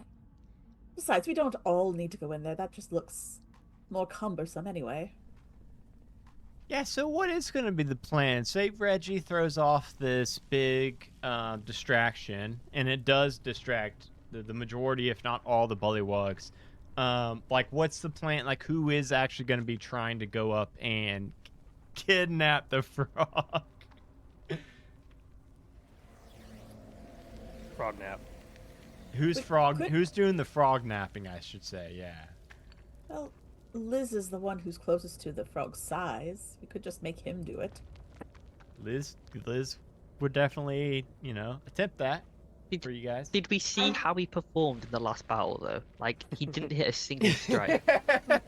Well, like I said, we were to asking be him fair, to kill his god. yeah, he's not morally allowed to, or ethically allowed to attack crocodiles and alligators. So that's, by the way, I just want to make sure that you guys all have picked up that while Liz has been watching all this, Liz seems to have a absolute disdain for bullywugs. He's not even looking in the direction of. He watched the two that were circling and throwing their boast around for about 30 seconds, and then he eventually has just looked off in the distance to the right and just zoned out. And he's not even committing to look at these bullywugs. And it seems like he really doesn't like them. He's not a fan of them at all. So we're helping a racist. Yes. Yeah, but they also stole their helmet recently. It's not like the lizard folks just racist against the bullywugs just because they stole his fucking ceremonial helmet, his hat. So he's kind of got reasons, but yeah, he is also. It's probably definitely some untreated racism, I guess. I don't know. I can't believe we let Adam bring us into this. Well, now that we're here, be chill about it. It's you guys have all the options in the world of how you want to get this. It was all chill until you explained Liz's this pure disdain. It's not because they're bullywugs though. It's because they stole his hat. Well, technically, isn't it the frog that stole the hat? So he should be racist towards the frog, not the bullywugs. because it wasn't the frog. Like the frog didn't sneak up and actually steal it. It was an actual band of bullywugs that came and stole it. But then the king uses the frog as his personal storage. He just feeds it any shit that he wants to keep safe. And so grow. really, Like a little backpack. We're not hurting the frog. We're rescuing it. It shouldn't be kept as a safe. That's not an appropriate life for a frog. We're giving it a better life, or a faster death. Whatever. However you Yeah, I want was to look at gonna it. say, unless some of you are really good at surgery, I think it's going to die. The real question is, how do they get the stuff out the frog? So they must have a way, you would think, which means that you all would also have that way. Just gonna say just that. try tickling it. Tickling could be one option. Tickle. We're gonna go ahead and go on a quick pee break while you guys figure out the tickling mechanics of this upcoming portion of the adventure. We will be right. Jeremy said frog of holding. Okay, and Johnny's talking shit too. Okay, I wasn't catching up on. See, when I'm DMing live streams, I can't pay attention to chat because I've got so much going on. And then when I do, I always look over and see them just absolutely blasting me every time, and it's without fail. But yes, we will be back, everybody, in 5 to 10 minutes. Everybody needs to go take a quick pee break. Johnny, you stop it right now, and we will talk to you all here shortly. Be right back, everybody.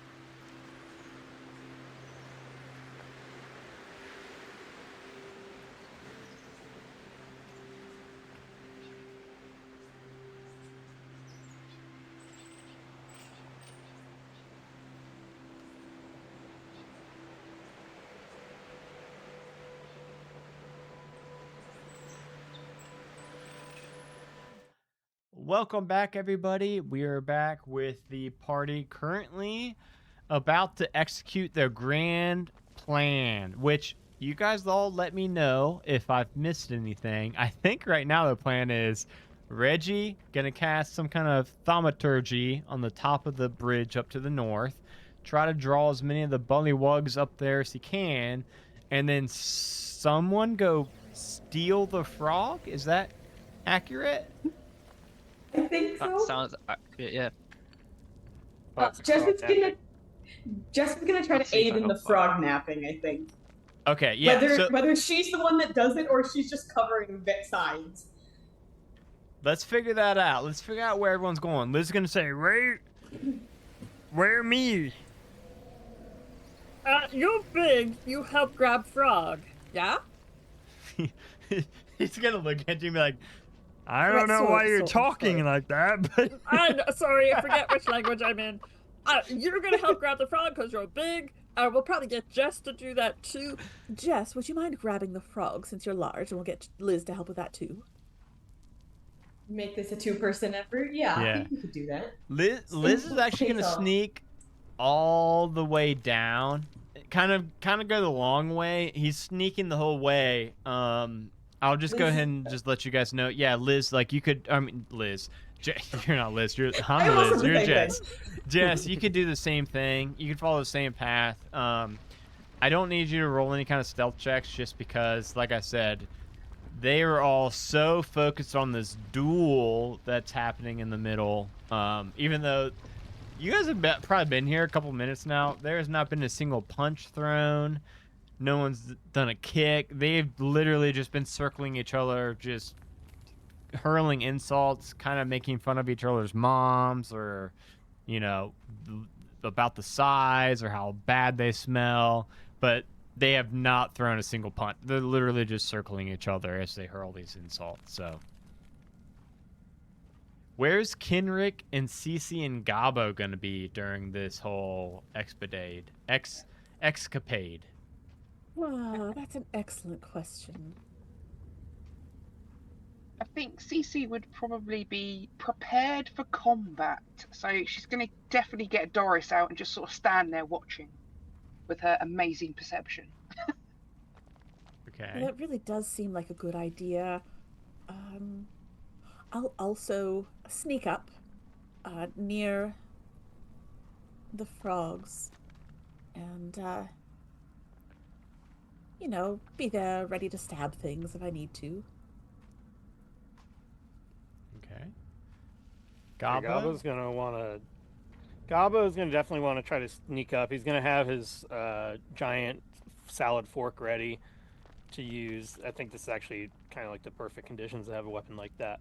And he's gonna be, you know, skulking forward, lowering down into the swamp. It's like even though you said it goes up like his waist, he's like kneeling down a little, so it goes up like his shoulders. He's really sneaking in here. Yeah, just ready to strike when the moment comes. I will say, Jeremy, you're pretty near me. If like if you can see my ping, that's where I'm doing it. Mhm. Like I just want to make sure. Like, I didn't know if you were moving up now. Oh, he I was like moved saying down if a I little did bit. it before. Yeah. Yeah, so Gabo moved If you're gonna move as I was doing it, it was like I didn't want to. It's pretty close. I just wanted to warn you about that. That's all. Okay. Yeah, so Jeremy It's is only a Gabo... maximum of 30 feet. That's all. Okay. So Gabo, are you going to be up there on Reggie, or are you going to go down closer towards the giant frog and King Guppy where you were a second ago? Yeah. I mean, I think that if everyone's starting to move forward, then we're all gonna move and kind of start slinking. Through the marsh up to here. And I think you guys can all get in that position. Like I said, they are so, like this. You don't know how long this duel's been going on, but you guys have all been in here for at least a couple minutes now. Maybe it's been 5 minutes, 6 minutes. You guys have like all kind of crouched and sneaked into position. These two are still just circling each other, making fun of each other's moms and stuff like that. But they have not even thrown a single punch. So if everybody's in position now, Reggie up north, Liz and Kenrick and Jess kind of down closer to the giant frog in the little fortress that he's in. Cece kind of in the middle, in the back, kind of just oversighting everything. I think we can go ahead and launch your guys' plan whenever you want. So, is the signal when Reggie kicks things off with thaumaturgy, I'm assuming? Wait, is it only heard by 30 feet as well? I don't know. It didn't say. Because it just says create an interest sound that originates from a point of your choice. I don't know if it's... It's probably but just I as don't know, loud 'cause as I can- whatever it is. Yeah, let me. I can move it 30 feet. I just don't know if it's like a sphere where it's like a 30 feet. So like where I pick it, like detect magic, it's 30 feet in that radius. for No, example. you can pick. Yeah, you can. So you can pick an area. So you can pick that area on the top of the bridge, which was your goal. I'll pick where I'm doing it, right? Yeah. Okay. There. And then yeah, you just you yell or say whatever you want, and it is up to 3 times as loud as your normal voice. So what are you yelling for this? I'm doing a phantom sound instead. So it's like across. So like from this bridge, I'll be like making a sound, and that's what I was wondering. Is like the sound also just 30 feet, or is it? No, like, it's gonna be loud. It's gonna be loud. Okay. What's the sound like though? Because I think that's good. I could make it like an alligator scream because I know the alligators. Okay. That would be like pretty convincing. What's hey Lucas, why don't you real quick just give me a quick alligator yell? Because I'm kind of curious. Oh. Yeah, it's just hey, you wanted to hear a turtle talk so bad. Let's go ahead. Oh. Let's go ahead and hear a quick alligator yell. I can't scream. I'm just gonna wake up. What do you could just get real close to your mic, and you don't even have to yell out loud. I just want to hear your alligator yell. I think Zoom mostly cut it Zoom out, but we'll kills it, take yeah. we'll take it. We'll take it. I heard a Yeah. little bit of it. Let me yeah, go ahead. It will be right there. Okay, let me go ahead and roll. Let's see. So there are 8. Let me make sure that I'm correct with that. 1, 2, 3, 4, 5, 6, 7, 8. Yeah, there's 8 regular bullywugs. I'll put that up there if you can see it. Okay. Oh, it just put. Oh my god! It's put every single one up. Oh, god. Well, I rolled. I didn't want to roll 8 different rolls for all the basic bullywugs, so I just rolled a flat 1d20, and they got an 8. So they are all going to be very intrigued by this sound. Sorry, let me make sure that I don't get the king. The king's gonna be a little bit different. So they're all going to be starting to head over to investigate, probably by order of King Guppy. King Guppy was probably like, hey, somebody go figure out what that really weird sounding alligator is over there. But all the other bullywugs are going to start heading up in that direction. King Guppy and his giant frog Blipsy is the name, by the way. Liz, I don't think Liz would know the name, but I think it's more fun if you guys also know the name. So his name is Blipsy. So Blipsy and King Guppy are the only 2 that are currently left standing on that far south kind of promenade that they're up on.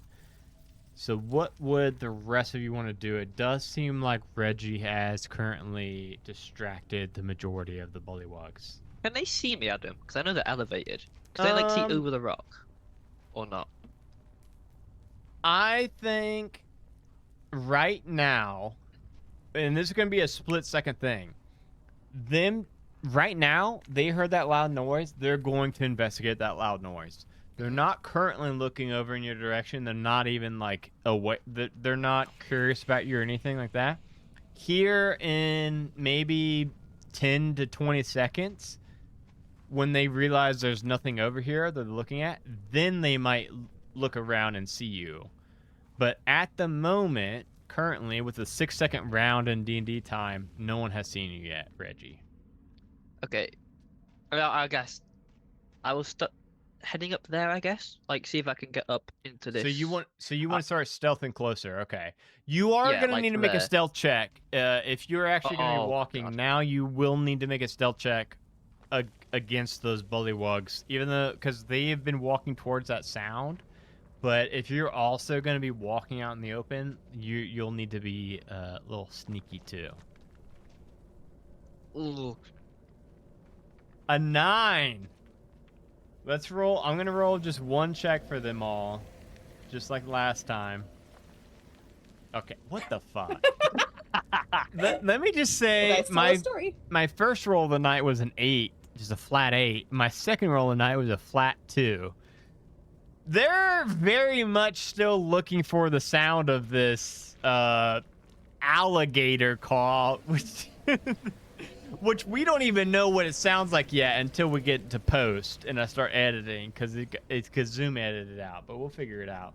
But yeah, you're able to make it there, Reggie. You can make it closer to Gabo down there. I was thinking to try to get up here, but would I make an athletics check? Because it's 30 feet. I can't get up there. Yes, you will need to actually climb up that, because that is a little bit of a raised platform and has a little bit of a wall. It's not a very tall wall, because the bullywugs aren't super tall, so they didn't make their wall super tall. So it's gonna be a low athletics check, but it is still gonna be an athletics check to try to climb that. If I fail this, we're +7. Oh god. There. Well, if you fail this, okay, you got an 18. I was gonna say if you fail, you're gonna land in that water with a loud splash. But no, you're able to climb up into It'd that be little raised there platform. I'd have to go because 0 bits 35. Okay, so I think everybody else would see Reggie kind of, make that loud noise, distract all the bullywugs, and then you would see him parkour his ass up into this platform. What does everybody else want to do? Right now, we're not technically in initiative. If anything does change that, we will roll initiative, if King Guppy gets triggered or anything like that. But for now, you guys can kind of do whatever you want. Just let me know. I think this whole time Jess has been looking at the structure, trying to figure out, like, how the heck do we get up there? Trying to see if there's a good way to climb up. Obviously, like, Reggie managed to get up, but she's been looking to see, like, is there a good path for us to take to get there? Jess, you would see that for the actual the area, the platform, and everything that King Guppy and Blipsy are on, you could walk along the kind of the deck / dock to the south/east, southeast. That area? Yeah, you could.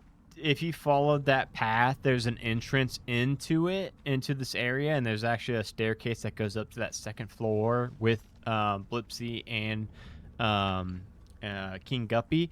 Or it may literally be easier you're actually pressed right up against that wall. That wall is actually only about 10 feet high. It might actually be easier to just climb that 10-foot high wall.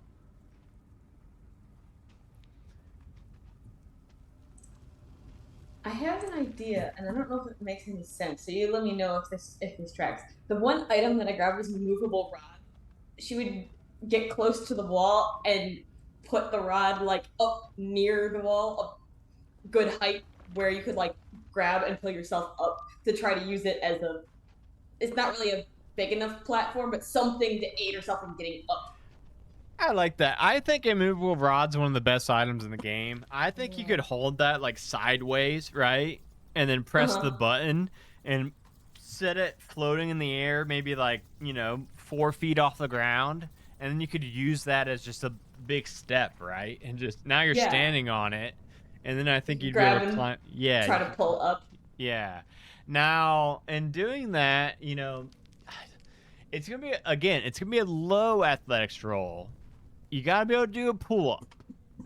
I think a pull-up is probably even, a 10 is an average human, right?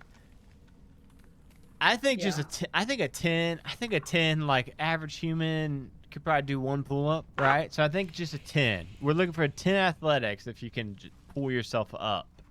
From standing on this immovable rod, then you would just need to do one pull-up and you'd be over this last wall.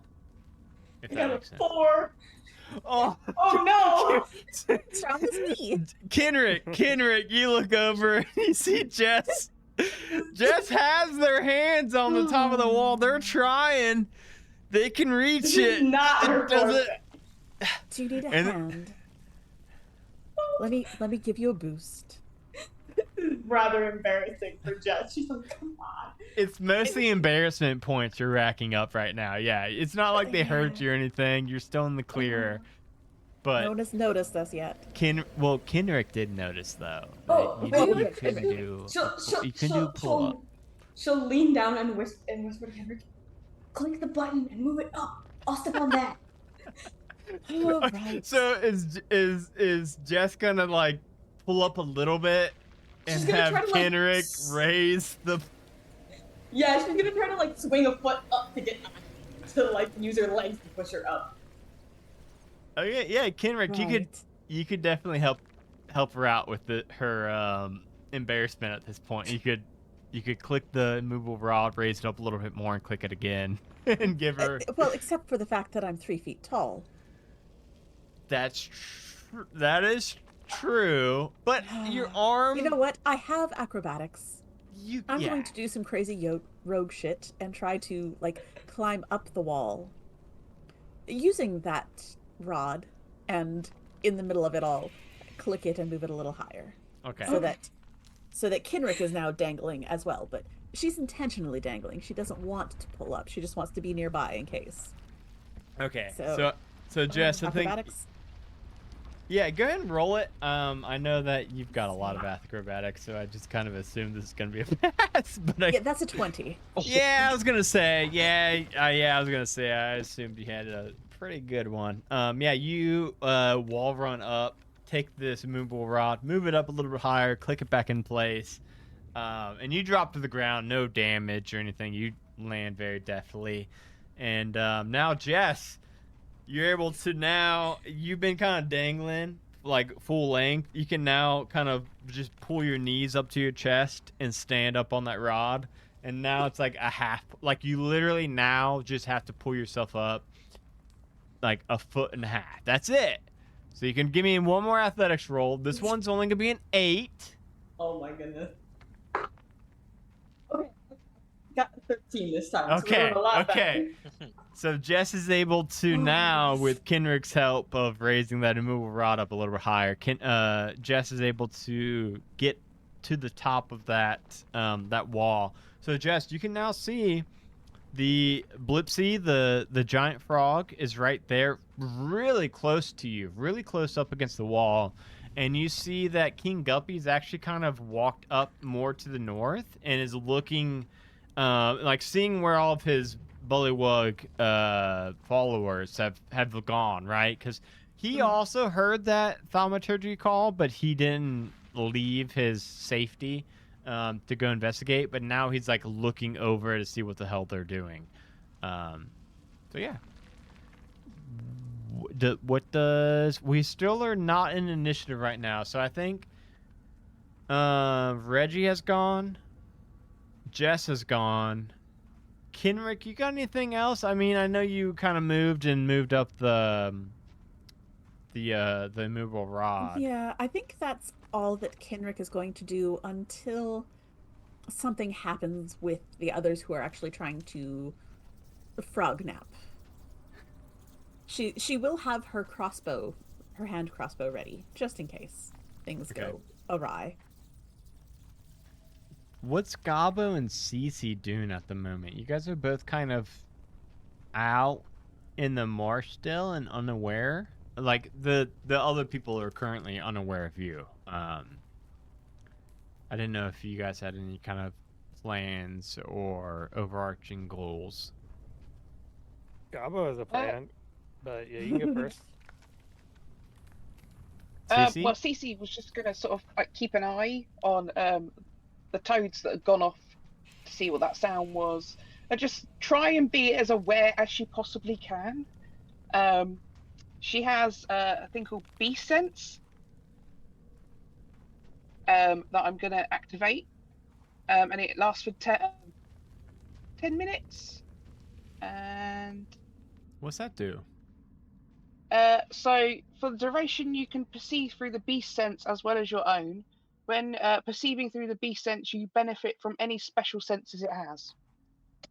So, So are you supposed to I find guess I need to touch a frog, don't I? Well, yeah, I was gonna say there's some like small fish and frogs and snakes kind of all about you. So if you wanted to, like, you could pick one of them and touch and do Yeah, that. see if they're willing. They've got to be willing. So I've got to, like, pick them up, like, hi, froggy, will you be my friend? And it's like looking at me like, what the fuck Yeah, are you you on pick about? up this frog and it's just staring at you, and it's like, but I mean, it seems to like you well enough. It's same skin tone, very much the same green. Yeah, it seems to be eyeing you in a friendly way, I guess. Cool. So yeah, I want to kind of perceive like through the frog.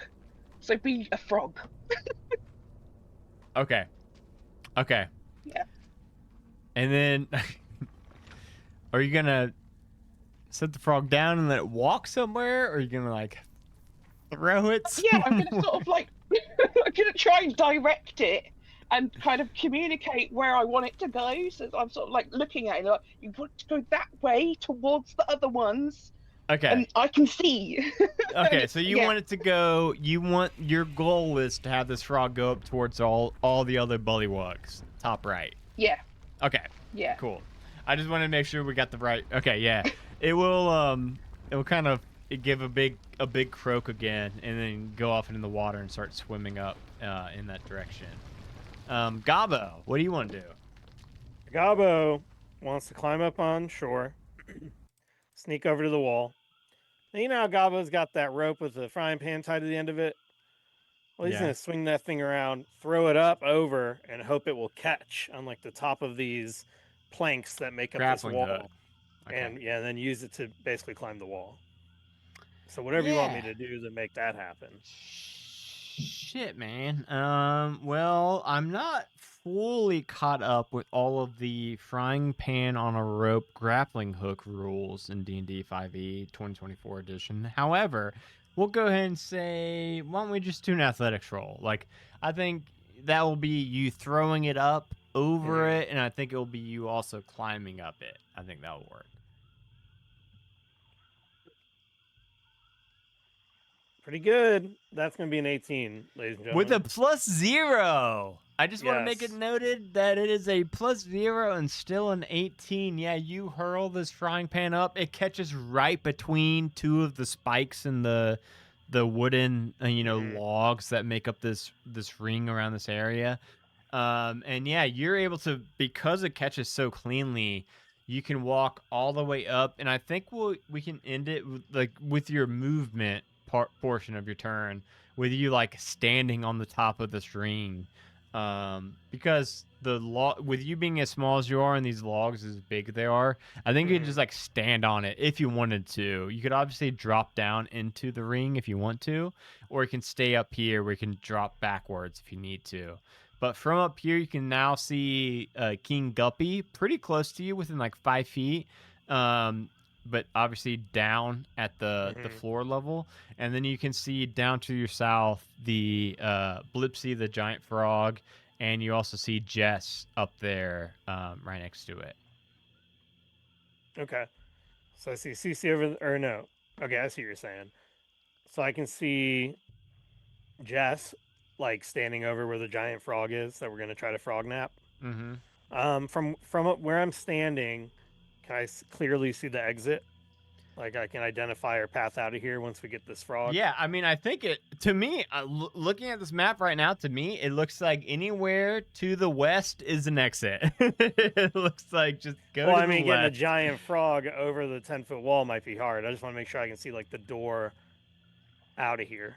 Okay, you know what I mean? So from where this you're surrounded standing, area. it looks like, unless Jess is able to lift that frog over the about 6-foot-ish wall that's around this area, the only other way is there's one doorway to the east and there's some stairs that actually go down to the south that wrap down Okay. towards that door. Otherwise, you guys could also try to just get Blipsy over the wall, Yeah. to the west. You know, so you And got a Blips is couple like options. double my size.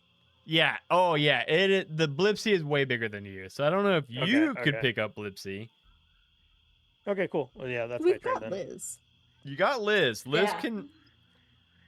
Hey, if you guys want Liz to do something, just let them Yeah, know. what is I'll Liz do it doing? real quick. Do what? What's Liz doing when he sees Jess and Gabo climbing up these walls? You know, he He sees kind of waiting. Like Kenrick he hasn't gotten creeping any kind of across. like direction or order, so he was kind of like chilling off to the Oh side. no. Liz, you gotta climb up with Jess and help her get the frog over the wall, cause he's big and you're big. All right. Common. He says in common. Please, common. Okay. He rolled a nat 1. I think he's like working on like telling Kenrick like I'm trying to practice my common, and like he's kind of distracted as he's trying to climb this wall. He rolls a nat 1 on his athletics roll. He Oh, lands no. on his It back like a made me- fucking turtle. Ah! Better about my bad roll because what I rolled was a 2 on the die, so not that much better. Twice as good. Oh my Double. goodness. So Goodness. Liz tried. I'm sorry. It rolled a 1. I'm sorry, guys. I can't work with that. Liz. Oh, So I think now we'll probably be getting in. I think everyone's went now, right? Or established what their goal is, what they're doing at the moment. So I think we could probably go ahead and just roll initiative now, because now it's going to be everyone getting to take a turn. all right. So we're going to do, this is going to be Blipsies. Blipsy got an 8. This is going to be King Guppy. King Guppy got a 1. This is going to be all the other 8 bullywugs. Where's 13. initiative? Okay. I can't see. Oh, the initiative there. No more. Kenrick got a 6. Ooh, Reggie with a 20. Nice. I also got an 8. 3 8s Ooh. in this. Yeah. I went to go type and must have accidentally paste some like metadata, and now my text box is full of garbage.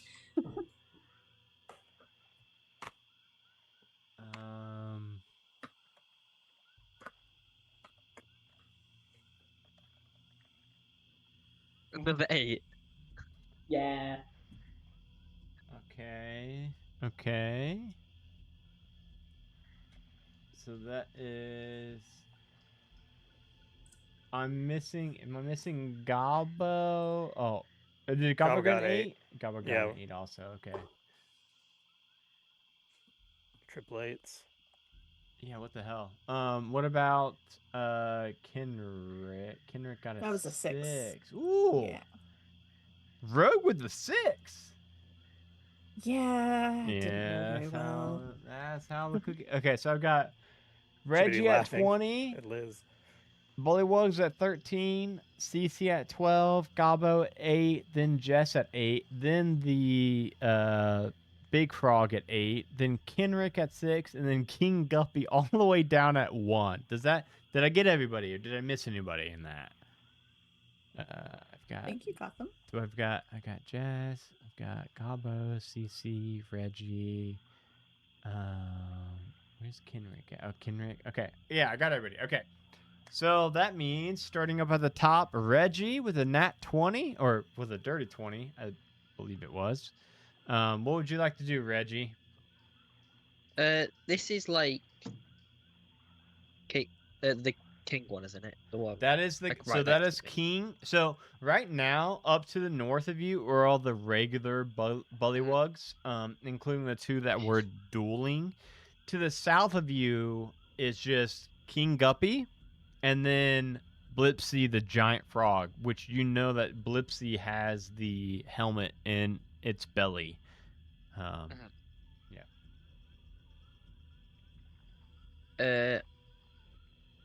What are my bonus actions before I see? Do? I can. I will try charm the. Where is it? I know I've in spells. Yeah, charm person um the king. Okay. So I'm guessing It's that's a just charisma. it says it's a wisdom 11 saving throw. I'm gonna roll a flat d20 real quick. Okay, Ryan, roll 20.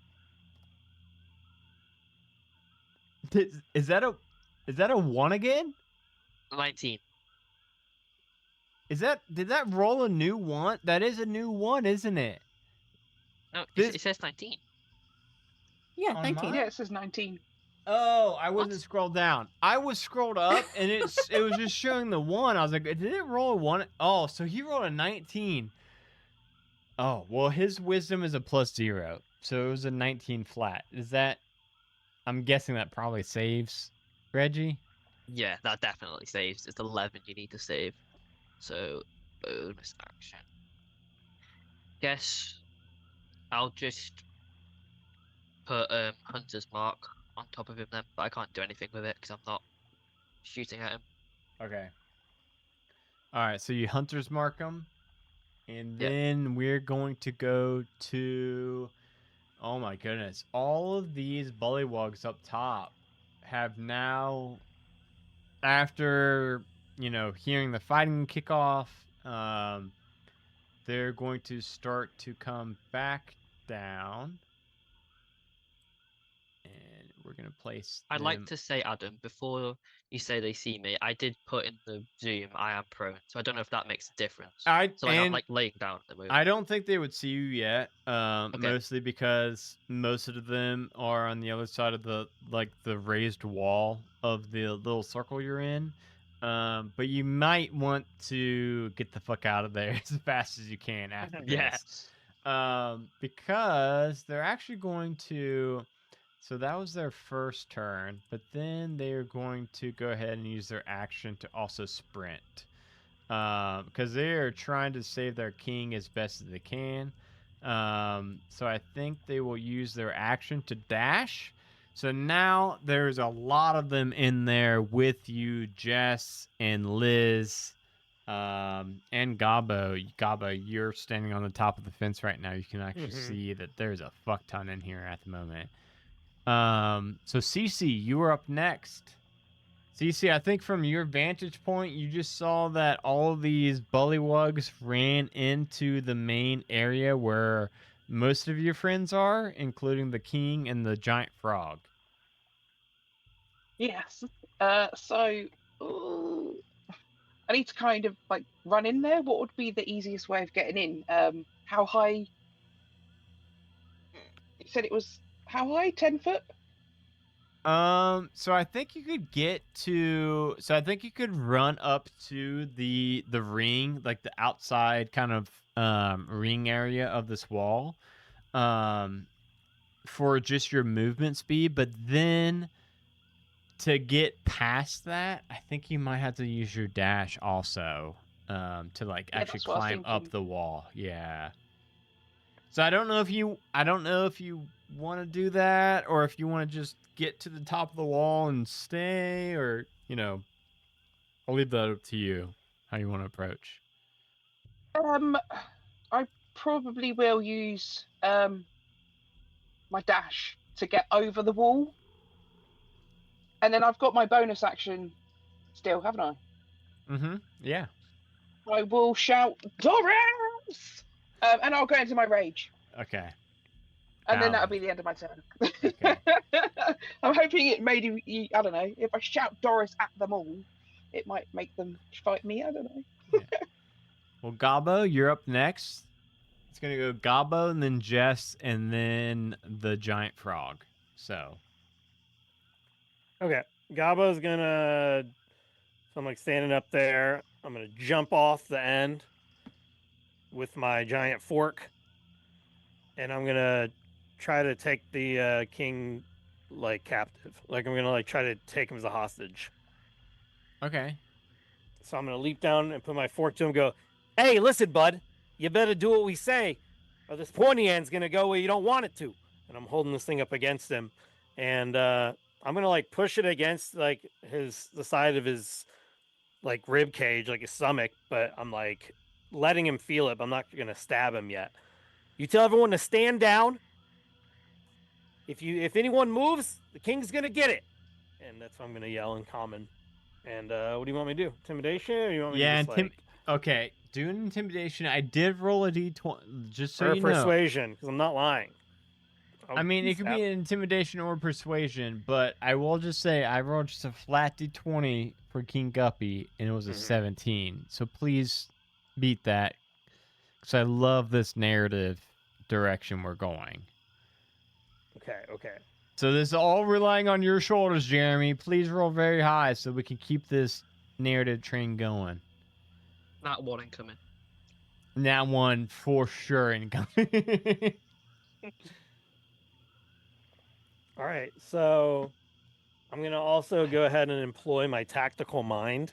Okay. Where I can use one of my uses of second wind to, instead of gaining HP, add 1d10 to an ability check. Oh, fuck yeah, dude. And if it fails, it does not expend the second wind slot. Oh, shit. That's awesome. I want you to beat the Two 17 incoming. so bad. I'm so mad I rolled so high. I'll do the d10 first, and then I'll Okay. roll the thing. So my d10 is an 8.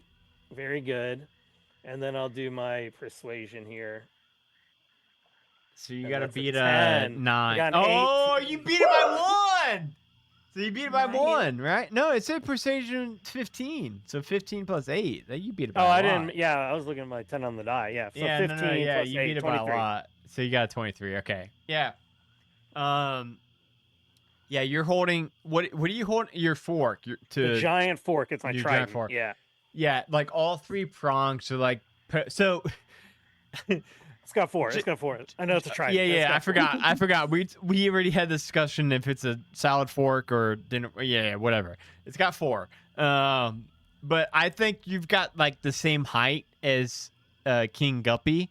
So I think you are literally right behind King Guppy. You got your arm around his throat, and you got the fork, all 4 prongs poking right into the like soft. He's got like 3 chins, and it's poking. Some blood's trickling down. How like hard you're poking into it as you're telling them all to stand down, and you'll say, "Boy, what are you idiots doing? Listen to the goblin. Stand down." And you'll see these 8 bullywugs like kind of hesitantly just take 1 step back. All of them. They'll all step back just a little bit. So Gaba, I think you've got the control you're looking for. Do you want anything else before we go to Jess's turn? I'm just gonna turn around and say, "Get that thing out of here!" to the rest of them, and that'll be it. And then Jess, it's gonna go you. The frog that you're trying to frog nap goes next, just so you know. Okay. But it's your turn now. I think what I have to do is use my turn to grapple the frog, and if I almost want to see if I can use the movable rod to aid in this, but it's also over there, so I'm gonna grab it first. So I don't know. Can I? I do think both? you could. I think you've. Kinrick has raised the immovable rod enough for you to climb over the wall, so I think Like- you would also probably be able to, if you wanted to, reach down and re-grab Yeah. that immovable rod. So I think you could have that Okay. if you need it.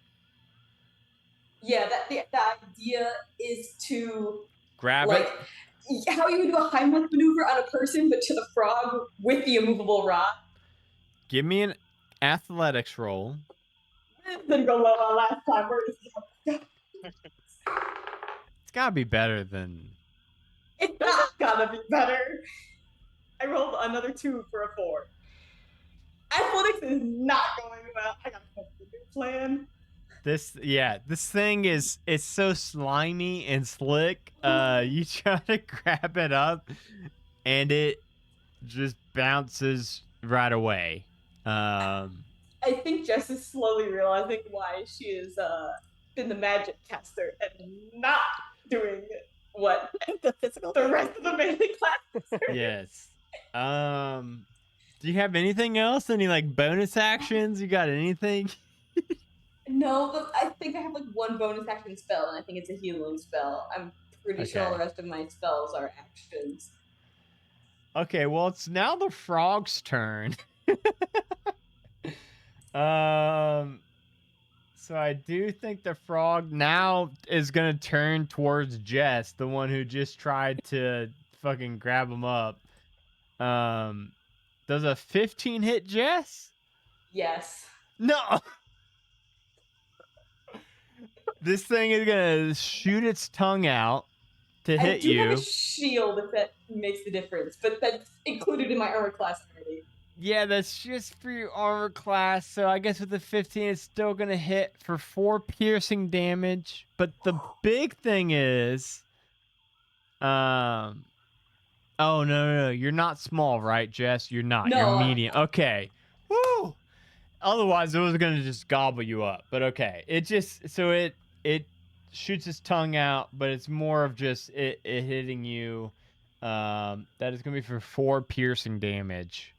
But it cannot grapple you up, luckily, because you're not small. Unlike nearly everybody else in this party who could get swallowed up by this frog. You are safe. So you're just gonna take that 4 points of damage. Mm-hmm. And then we are gonna go to Kenrick. Kenrick, yeah, I think you hear all this ruckus going on.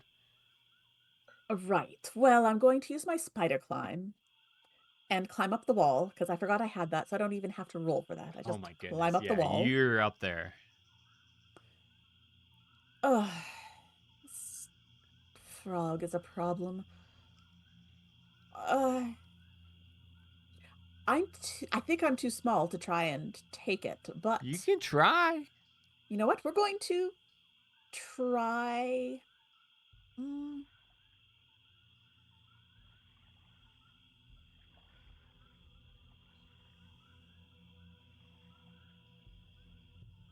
Sure, we're going to try to shove it.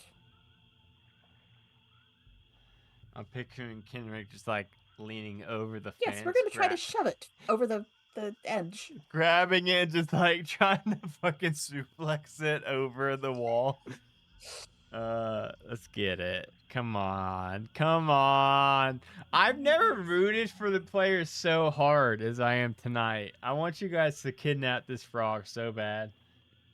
So you can roll a strength or a dex. Oh, I do. Yes. So I'm shoving. Rolled a natural 1. Yes! Finally, I rolled bad in a good way. The little Dampier shoves it just the right way to push it toppling over the fence. Yeah, I think you like reach down from the top of the fence and just barely lift it like a foot to where it's like over the lip, and I think its body weight does most of the work for you and kind of rolls down over. I'm a rogue. I use physics in my favor. That's how you do it. It's not about the strength, it's about the physics. Do you have anything else, Kenrick? I think that would probably be only your... Is Liz on the fence, or is Liz Liz is on the still ground? down. He's still down. He Great. hasn't went over yet. So, that was only 10 feet of movement. Shove. And she'll drop back down to the ground. Say, Liz, get the frog. Well, I didn't even roll Liz's initiative. So Liz actually would be right above Gabo. So we can actually say, because Liz hasn't taken their action yet, we'll go ahead and have him take his action now. Okay, just run. Yeah, take him home. We'll we'll just use the dash dash action. We'll say Liz is able to get that far away, so about 60 feet away from the main area of this raised platform. Anything else, Kenrick? Before we go to the king, King Guppy is the nat 1 of the initiative That's it. order. Okay, well, Cece, you are staring down King Guppy. King Guppy is going to stab at you and also take a bite out of you. So CC, does a 16 hit you? Yes. Oh my goodness. So King Guppy is going to stab his spear into you for 9 points of piercing damage. Cool. I half that down to 4 or 5. Round it down to the lower one, I believe. Oh, chill. But then after that, he's also going to then take a big bite out of your shoulder with a 20 to hit, so for 5 piercing damage. So I guess also rounded down to 2. Cool. Gaba's going to cash in his ready to action. He did make a promise to this king, and he said if he doesn't listen, he's going to stab him in the face. Okay, I forgot about that. Stab him in the face. And he had this trident to his neck, and he just went ahead and attacked her. So he's going to go ahead and do that. I know I didn't say the phrase ready to action, but that was the implication. Yeah. He moved, I would stab him in the face. So here it comes. Let's see how it works. I'm going to hit him with the trident. And I think you would. Great roll at all. I mean, you would definitely have an advantage on it. Oh, do Is I? that your Okay. to hit? Yeah, with the advantage though, 9. Dude, Don't worry. Dude, how'd you roll a 5 and then a 9 with advantage? The 9's gonna miss too. I'm trying to figure out how you had this to his throat. That's true. That's true. Oh, and it's not technically my turn, so I can't do action surge or anything. Yeah, I don't know, miss. I guess because he ducked under me and then. Yeah, I guess he's so stabbed her. slippery. He's so goddamn wet and slippery, dude. I'm picturing this guy like Boss Nova from Star Wars, the guy that's like in charge of all the Gungans, the green guy. It's like, that's this guy in my mind. But maybe more wet and stinky and Yeah, slippery. yeah. Yeah. Equally Okay. slippery, but yeah. Well, we're now gonna go back up to Reggie. So Reggie, I think you're the one that's, you're the only one that's in the different platform than everybody else. Maybe from your height, you would still have seen Kenrick and Liz and the giant frog get thrown over the edge. So I think you would know, like, the giant frog has been frog napped and you guys are good to make your exit. But still, like, from your vantage point, and I don't know what you would like to do at this point. Can you change Hunter's Mark without using another bonus action? Or is that a bonus action to switch it from person to person? I think it's a bonus action to switch it from person to person. I forget Okay. who did you have it on? The king? The king, yeah. Yeah. That's probably Okay, still. this could be like either insanely good or it could backfire completely. I am going to use my longbow to attack this one I'm pinging here.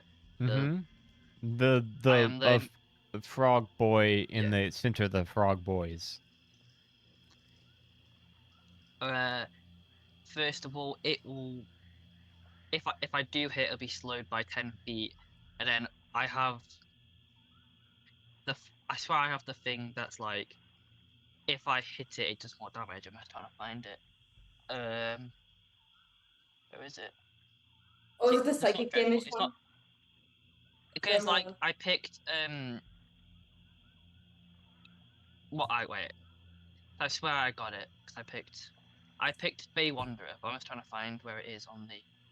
Dreadful Strikes. I think it's a D4. Oh, it's Dreadful Spikes. Okay, yeah. I So it'll be primarily hit with an play Beyonder. Yeah. So what I'm trying to do is that I can Hails of Thorns to hit everything around it, Okay, I gotcha. which will be 5 of them, including that one as well, so 6. And then going to, I'll just roll. I'll explain if I do hit. That's what I should be doing. I'll go ahead and say that I rolled their deck saves because if it's Hail of Thorns like I expect it to be, I think they all have to make a deck Yeah. save to knock it. I hit a And 20 they to rolled hit. and they rolled a 4 for their deck save. So I think Yeah, it's a they're dex all save. gonna get hit. Because I don't want to roll And- 8 different deck saves, so just fucking roll that beautiful bean footage. So, the Dreadful Strikes is for the one I pinged before. Mm-hmm.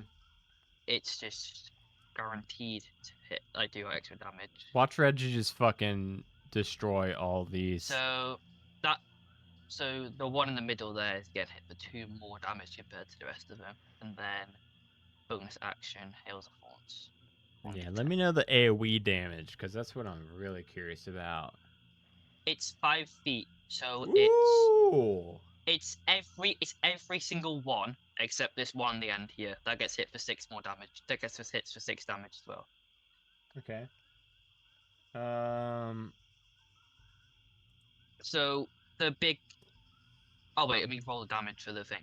So the guy I actually hit got hit for 9. And he got 15 fucking damage. exploded. Just so you know, Yeah. he got And you. then- You shoot him, and the arrow continues straight through his head into the swamp marsh behind him, and he drops dead with no head now. The rest of them, as you make the shot, and then your arrow fragments rain down in the area. I'll just go ahead and say, so you did 6 damage of Hail of Thorns damage. All of these fuckers have 11 points of HP, so we'll just go ahead and say that they are all very much hurt. All of them. All of them are peppered with arrows. They look like porcupines at the moment. Porcupine frogs at the moment. It's only the one on the right that's uninjured right now. Okay. So he's the one that is fully fresh still. Gotcha. But you killed one, and you have absolutely move as well. Do what? Oh, I forgot I can move as well. Yeah. Wait, not go that way. Back this way. There you go. You see Liz. Yeah, you see Liz with the frog. Liz currently has the frog over his shoulders, and he's running towards the lair. So, is that all you got, Reggie? See, that's all I've got. If I've not done like 50 damage. I know, you just absolutely destroyed a bunch of them. It's now the frog's turn, and I think after they just got hit by all of those, like one of their buddies, their strongest buddy, just got absolutely just deleted by an arrow, and the rest of them are all so hurt and so quick to being, they're all knocking on death's door. I think they're all going to start scattering out to the swamp now. They're not the bravest of warriors, which you probably got that vibe when the two dueling were kind of circling each other for 16 minutes or whatever. But they definitely don't seem to be the bravest of bunch. Next up is Cece. Cece, you're right there next to King Guppy. You also see that the Blipsy, the giant frog, has been kidnapped by Liz. I think you would see that Jess is on the wall, probably poised to be making an exit. So what would you like to do, Cece? I am probably going to hit the Frog King because it bit me. Yeah, fuck him. So, yeah, I'm going to swing my axe and hope for the best.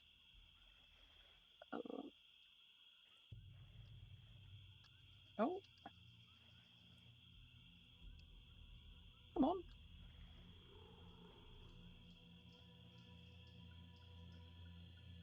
There we go. So yeah, did a 26 hit? A 26 does hit. I see you also had a 15 to hit. A 15 would also hit. Oh. Yeah. So it would have been 8 slashing damage then from that first one. Okay. What about that second one? sadly, I can't do that second one because I've only got the one action. And Oh, you don't that's have pretty 2 much all I can attacks do. yet. No, we got level level 5. Just CC a up. baby. We got level CC up. So yeah, that'll be it from me, I think. Okay, so you chop a big chunk into King Guppy. I mean, you do 8 points of damage, and it seems like he is bleeding pretty profusely. Do you want to? Are you gonna move any? Are you trying to head anywhere, or you want to stay where you're at? Probably gonna stay where I'm at. I probably take this guy on, to be honest. Okay. Next up then would be Liz. Liz is going to continue running with the frog, and I think you guys would just see him kind of go off out of sight in the swamp towards the hideout. After Liz, we're gonna go Gobbo, and it's gonna go Gobbo, then Jess. Frog is we're gonna effectively take the frog out of the initiative order since Liz has now gotten him off the map. So it's gonna go Gobbo, Jess, Kenrick, and then the king. Just so everyone's aware of where the king's action's gonna fall. Okay. So Gabo is going to. I kind of want. So we're trying to get out of here now, right? You got your objective. You've got the frog. Yeah, I'm gonna look at CC and be like, "We need to get the hell out of here," and I'm gonna jump up. My goal is because this frog's how tall? Like 5 feet tall or something? Which frog? The King Guppy. The King Guppy. King Guppy. King Guppy. Yeah, he's only about 4 feet tall. Yeah, but I wanna jump up he's 5 on foot his- wide. 4 feet Yeah, I tall, want to jump 5 up foot on wide. jump up on his head, and I want to try to stab him with my. Basically, I'm going to try to stab him and do an attack on his head, and then because I have nimble escape, I can use my bonus action to disengage, and then I'm going to like try to jump off his head and just jump over the wall. Okay, so you're trying to kill him on the run, pretty much. Well, I'm trying to stab him and jump over the wall, yeah. Gotcha. But I'm Okay. using him as, and that's because I know like my pot, and whatever it is, that frying pan and the rope is still, it's on the other side, so I don't have that right now. So I'm trying to jump back up on the wall so I can grab that and run away, but. You tell me, unless you think that's 2 different actions, basically. No, go ahead and roll your shit. Roll your whatever. There's plenty of movement. I just don't know if I can just jump on his head like that. All right. Yeah, I'll go ahead and roll. I'll roll my shit. Here it comes. It's going to be a 17 to That's hit. going to hit, yeah. So I just jump on his head, and I hit him for, let's see, 8 plus whatever. It should be 8 plus my dexterity, so it should be 11 damage. Holy macaroni. I stab him for 11 damage, and then I just jump up over the wall, because I'm like 4 out of 6 feet there. And I just want to grab my pan back, and that's attached to the rope, and just kind of jump off the wall. Okay, yeah, you stab him real good. He definitely looks like he's kind of wobbling, like he's kind of trying to still find his feet. He definitely seems speaking like... of which, he actually has to make a save. Oh, shit. My trident has an ability now, because I'm in the future, which is He's really also fast, 5 foot. 2024. Can you see him on the map where it's got the I can see him, line yeah. down? He's like 5 foot over a ledge. So is it something that might topple him over that ledge? Yeah, so that's funny you say that. The ability is actually called Topple, and it's attached to the trident. And it says whenever I successfully hit them, they need to make Constitution saving throw. Okay. And yeah, we'll see what happens. Yeah, you need it, and well, it rolled a 16 plus 2, so 18 total. Yeah, so you're good. Had it been an 11, he would have been prone, so he would have been knocked down. Okay.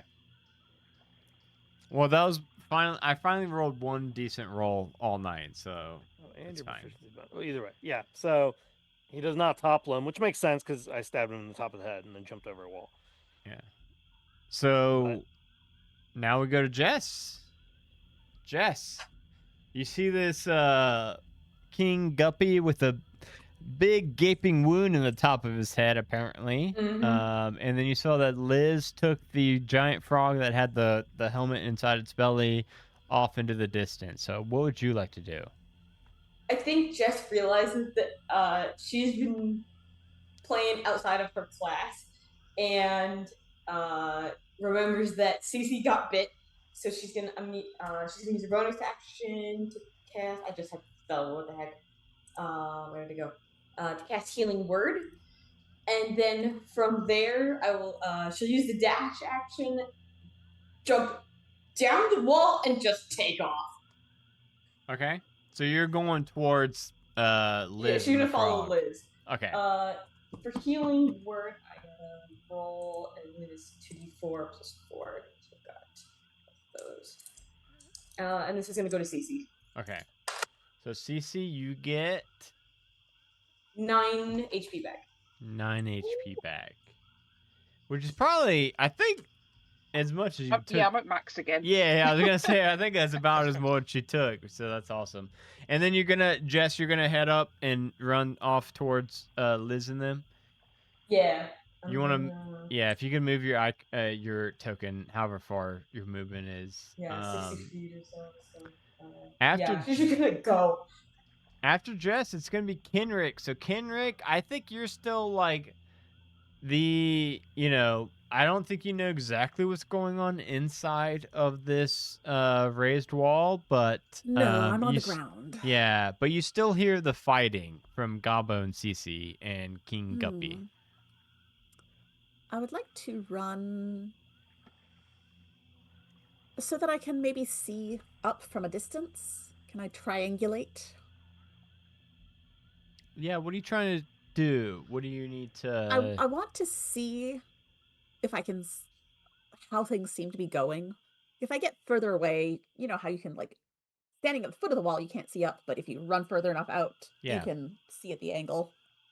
So I want to get further away so that I can see at an angle, and if it looks like there's still a frog king perhaps attacking my friends, I would like to shoot it with a crossbow. Yeah, I think from your angle, you're probably gonna have let's see, what's half cover? I think the king would have half cover at this point from you. So is that just disadvantage? Half cover 5e. +2 dexterity bonus. It grants the target a +2 bonus AC also. Okay, so +2 to AC and dexterity. So go ahead and roll your attack, Danny, and he's gonna have +2 to his armor class effectively. Okay, he's fine. Oh my goodness, an 8. Yeah, I rolled a 2. Yeah, even without that, yeah, he would have been safe. So you can just barely see, like, a pretty decent chunk of the top of his head. So it's a pretty long shot when you take this shot, and it does miss. Do you have any like a second attack you do? I should have done this first. Oh well. Do we need to retcon something? What do you got? Can we? I have an action, a bonus action called Steady Aim. Let's do it. Let's do it. And that mostly just gives because me advantage. We're past time. We're all right. Over time a little bit, so anything that can give a little bit more damage. There we go. So there we go. 23 will hit it. Yes. Fuck him up. So that is going to be 1d6 plus 3 plus another 2d6 because I'm fantastic. So that's 30 damage. Oh my god. You did 30 damage? Yes, it's a vicious crossbow. Wait, hold on. So plus the I king... also rolled my sneak attack too. Okay, well, pause for 1 sec. So this thing had 55 total HP. It has had 29 damage done to it, so it had 25 effective HP. So if you really did 30, you're gonna kill it. But how the fuck did this king get killed in 2 attacks? I guess it's fine. He's just a little frog boy. But oh my goodness, you just did so. It's a very vicious crossbow. Very vicious hand crossbow. and you just take off. You can literally only see about like 5 to 6 inches of his top of his skull. Right, so but I guess aimed you very steadily. yes. So I guess your aim very steadily and cleanly skewers this thing's top of its brain. As Cece and Oops. Gabo see it just drop to the floor. Right, are we ready to go now? It's Ye- it's me next in initiative, isn't it? Yeah, Because the so king's dead. initiative order wise, after Kenrick just absolutely floors this king, Guppy, the scene is Liz and the giant frog are already gone, heading back to his base. Jess has been following Liz and the giant frog and has already bailed. Kenrick just finished off the king. All of Oops. the bullywugs have started to flee because they all got very weakened by Reggie, and they're not. You guys could kind of piece it together from that duel that was happening. Like these guys seem like they're kind of cowards. None of them seem to want to actually engage in fighting, which is why that duel lasted so long with them just making fun of each other's mobs for so long. However, now, with the king being dead, the frog being kidnapped, I think everybody is effectively out of initiative at this point because the other bullywugs are all bailing and fleeing out to the swamp. So I think, however, Cece and Gabo want to now head over and recoup with the rest of the party, I think that will work. Right. Because I was just gonna get on top of this bridge and shoot another shot and make sure some of them were dead. That's all. Yeah, if you wanted to, you could kind of cover the, we can say Reggie's effectively like covering the retreat, right? Like you're firing off arrows, yeah. making sure that they're not gonna come back. And I think that's with Yeah. 30 feet, I can get up to here. So I was just gonna get up to here and then just like put hails of thorns like here and just just kind of suppression fire, right? Like trying to keep the bullywugs from getting to your friends as your friends are now bailing. I think you have to do with a dex throw then, because it for hail of thorns. That's it. I don't think, I don't think we even need to have you like roll any additional spell slots or anything like that. Yeah, no. Don't worry about that. I think it's gonna be more like just narratively, you're gonna be just firing shots off at these bullywugs to make them continue to flee off to the east, right into the swamps.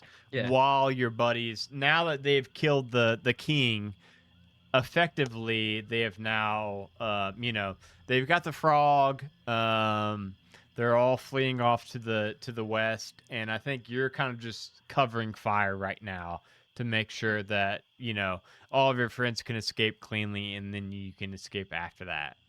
And I think narratively speaking, that makes sense where these frogs were already bailing, they were already scared enough that you find extra arrows at them, they're now fully committed to just fleeing from this whole area.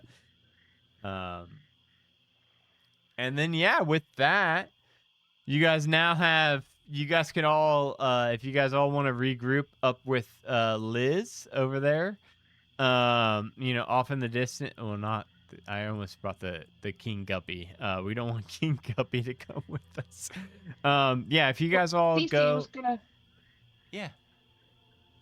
Gonna go. Garbo, do we want to eat this one? No, we don't have to. I mean, it'll be all right. They'll be big frog legs. Oh, this You one? sure? The big one, the one that Kendrick just annihilated.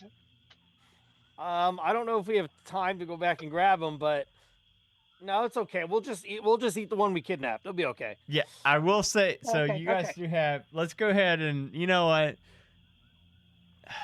No, actually, no, never mind. Okay, let's save whatever you guys are gonna do with the giant frog for the next session and figure out if you guys are gonna just make it puke up the helmet and then kill it for frog legs or whatever you want to do. I'll let you guys do all that next Friday because, of course, Adam was wrong, Jeremy was right. we did not get this done in 3 sessions. This is going to be a 4-parter. So we have now collected and retrieved the crown, and are ready to go back to Queen Snapdraw and turn in both of the quests, get the rewards and all that. However, that will be next week on Quest Q.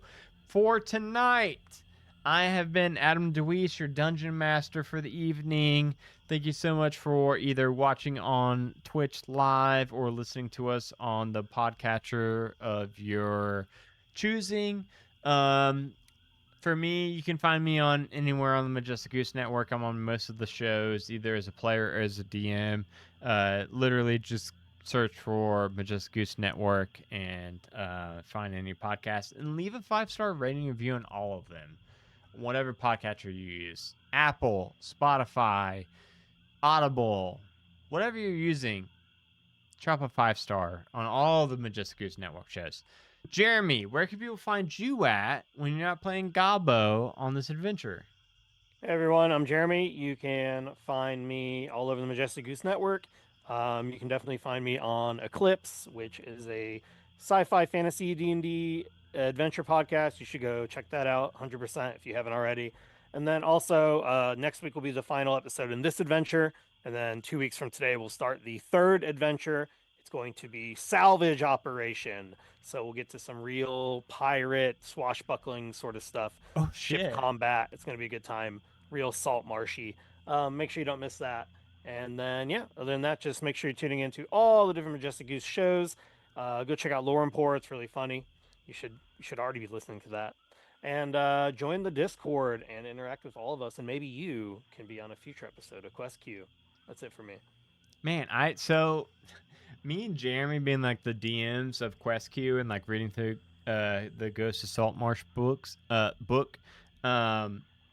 I obviously have only read this adventure. Jeremy read the first one, and then he obviously read the 3rd one. But like, it's so interesting to me still that like I have no idea about any of the other adventures in the Saltmarsh book, but I know that obviously mine is going to continue on after this. So I'm very excited to watch/DM/play in future Quest Q episodes. Danny, where can people find you at?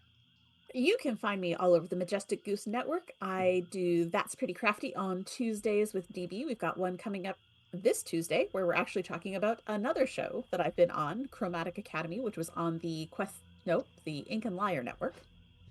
Next Friday you'll find me here. Next Saturday, you'll find me on Meme of the Month, where Meme is Law. We are going to be doing another chaotic session of absolute chaos, and it'll be fantastic. We do have the amazing Lady Bedivere, who will be running that game for us. You can also find me over on Crits and Knits, where we talk about our knitting and have some adventures in D&D with maybe a little bit of knitting thrown in there too. I swear, Alondra is one of the most fun game masters you could play with as a player. Like, just legitimately, anytime I've ever had the opportunity to be a player in any of Alondra's games, it has always been the absolute like time of my life. So yeah, definitely tune into that. Meme of the Month next Saturday, right here June on 13th. Right here on Majestic Goose Network on Twitch. Jess, you got anything you want to talk about? God damn it, I called you Jess. That's your character name. This is not the first time it's You're happened. blurring the lines. And it gets funnier every time. Megan, so do you have Megan. anything? Oh my god, I'm Megan. I'm mostly just hanging out here in Discord, sometimes on Twitch, either with Majestic Goose or Chris and Mitts, just kind of watching. I know it's not the last episode, but I thought about this morning. Wanted to say, first of all, thank you for letting us, get to join you. It's been a lot of fun. Been having a lot of fun, no matter how bad my rolls have been today. But I don't really have anything to plug. I guess go check out your local library. That's all I got. Seriously, yeah, definitely Yes, do read books. that. I'm telling you, I don't think people realize how good libraries are in 2026. There's there's 3D printers in a lot of them and stuff that you can just use for free, and they're go check out your local library. Seriously, you might have some crazy shit you don't even know it has. That seems I wish American. our It's really libraries It had does. that. There You're really right. is. Like I think they're like trying to get people in. So like, hey, we got 3 Yeah. printers you can use for free. Hey, we've got computers and Mhm. stuff. Like, And, yeah. and for the D&D and gaming fans, there is a section of the Dewey Decimal System that's for games. I've checked out various Yes. D&D books from my local library. I'm fortunate enough to live in an area where there's a lot of libraries in other similar cities. They all share stuff. So I've gotten books where it's like, oh, that's from 3 towns over, but they share them. That's how I got to find out if I would even enjoy Spelljammer. I was just checking Nice. out a book from another network or like another library. So it was really cool to get to try those things out and not pay the money for them first That when I also was in college and didn't have that kind of money. Yeah, that also does. I did just realize at that moment that I do have the 3 American people in in the overlay first, and the 2 UK. That is not that was not by design or anything. Wow. So I do apologize, Lucas. What do you want to talk about? I like to say first of all, before I like talk about what I do, it's been like these 3 sessions have been like extremely fun, and it's been like a pleasure being like able to like talk to people I've been listening to for like the past year and a half. And it's like especially because when you do a fuck ton of damage and you're like so proud of yourself and you're like, oh my god, I've done that in front of people I've like admired and listened to for ages. It's like really great. Where I sometimes stream and I post TikToks twice a fucking blue moon. It's like never happening anymore. But it's Solar Cindy on both Twitch and TikTok. I stream cars and Battlefield sometimes if you want to check that out. A lot I of recently got F1 OBS so I can racing. actually hear me. Yeah, F1. I've been getting into more of like GT stuff recently, so you might see some of that soon. But apart from that, it's been mostly Formula One. Yeah, the new game just launched, so you'll see like like slower but more interesting racing, I assume. Okay, cool. Thank you so much, Lucas. And last but certainly not least, Charlie, I feel so bad because like we've got the dedicated overlay, so you've just been permanently. You know what? I need to swap up the overlay and swap you and Gabo for the finale next week because I do feel bad. But Charlie, what do you want to talk about right now? Well, you'll find me here. I don't really do any streaming or anything like that. Sometimes I'm on Battle.net playing a bit of WoW and whatnot. Charlie, hey, real quick, Charlie, are we friends on WoW yet or not? Are we? I don't know because I don't think Oh Americans my can play with goodness! Europeans. Hit me up. Hit me. Oh fuck! We're on different servers, aren't we? We can't play I together. forgot about that. Yeah. So the US are like on their own. It's not fair. So, yeah, that kind of sucks. I might be able to play. Like, do you play Hearthstone? Play a bit of that. I used to. I thought it got canceled. I thought it got shut down, so I haven't played for a while. Oh. Yeah, I haven't played for a while, but we'll figure it out. We'll figure it out. Yeah. I didn't mean to derail your whole thing. I'm sorry. I just got so excited, and then I realized you're on European servers and we can't play WoW. Yeah. You got anything else you want to talk Rubbish. about? First, I'm also really jealous of your libraries. Our ones are getting just shut down. They have like nothing in them that's that interesting. You got Lego Club for the kids. That's about it. I mean, that sounds kind of cool, though. I will say, check out your local game shop or places to play because they're awesome. Like, there's a couple of places here where I am, and they put on, well, D&D is played every day of every week, like during the day and during the evenings. They've normally got 2 tables going on at my friend's coffee shop. We're currently doing Curse of Strahd on a Saturday, which is so much fun. But other than that, yeah, just check out your local game shop. Yeah, I want to piggyback off that really quick because I know that Rob from Eclipse from the Just Goose Network, Rob actually works at a game shop local to the Cincinnati area. So go check out Capstone Games in, I don't know if it's in Loveland, Ohio, or it's near Loveland, Ohio, a little bit more north of Loveland, Ohio, but it's around that area. So just search for Capstone Game, type in Loveland, Ohio, it'll probably pop it up. So I just want to real quick plug Rob's local game store as well, piggybacking off of Charlie. But yeah, other than that, thank you all so much for watching. I'm sorry, I thought I thought for sure this would be the finale. However, we had so much fun RP and stuff. Obviously, the time went much longer than I thought, but 1000% next adventure will for sure be the finale. It's actually probably going to be a pretty short episode next Friday. But definitely come tune in, check it out. And then after that, Jeremy will be deeming the following adventure, which is titled what, Jeremy? Salvage operation. Salvage Operation, which will be the third adventure in the Ghost of Saltmarsh compendium. So go check that out. Super excited to watch that one. And super excited for the finale of this one. Thank you all so much for watching, listening, and playing. And we will see you all in 1 week from today. Bye, everybody.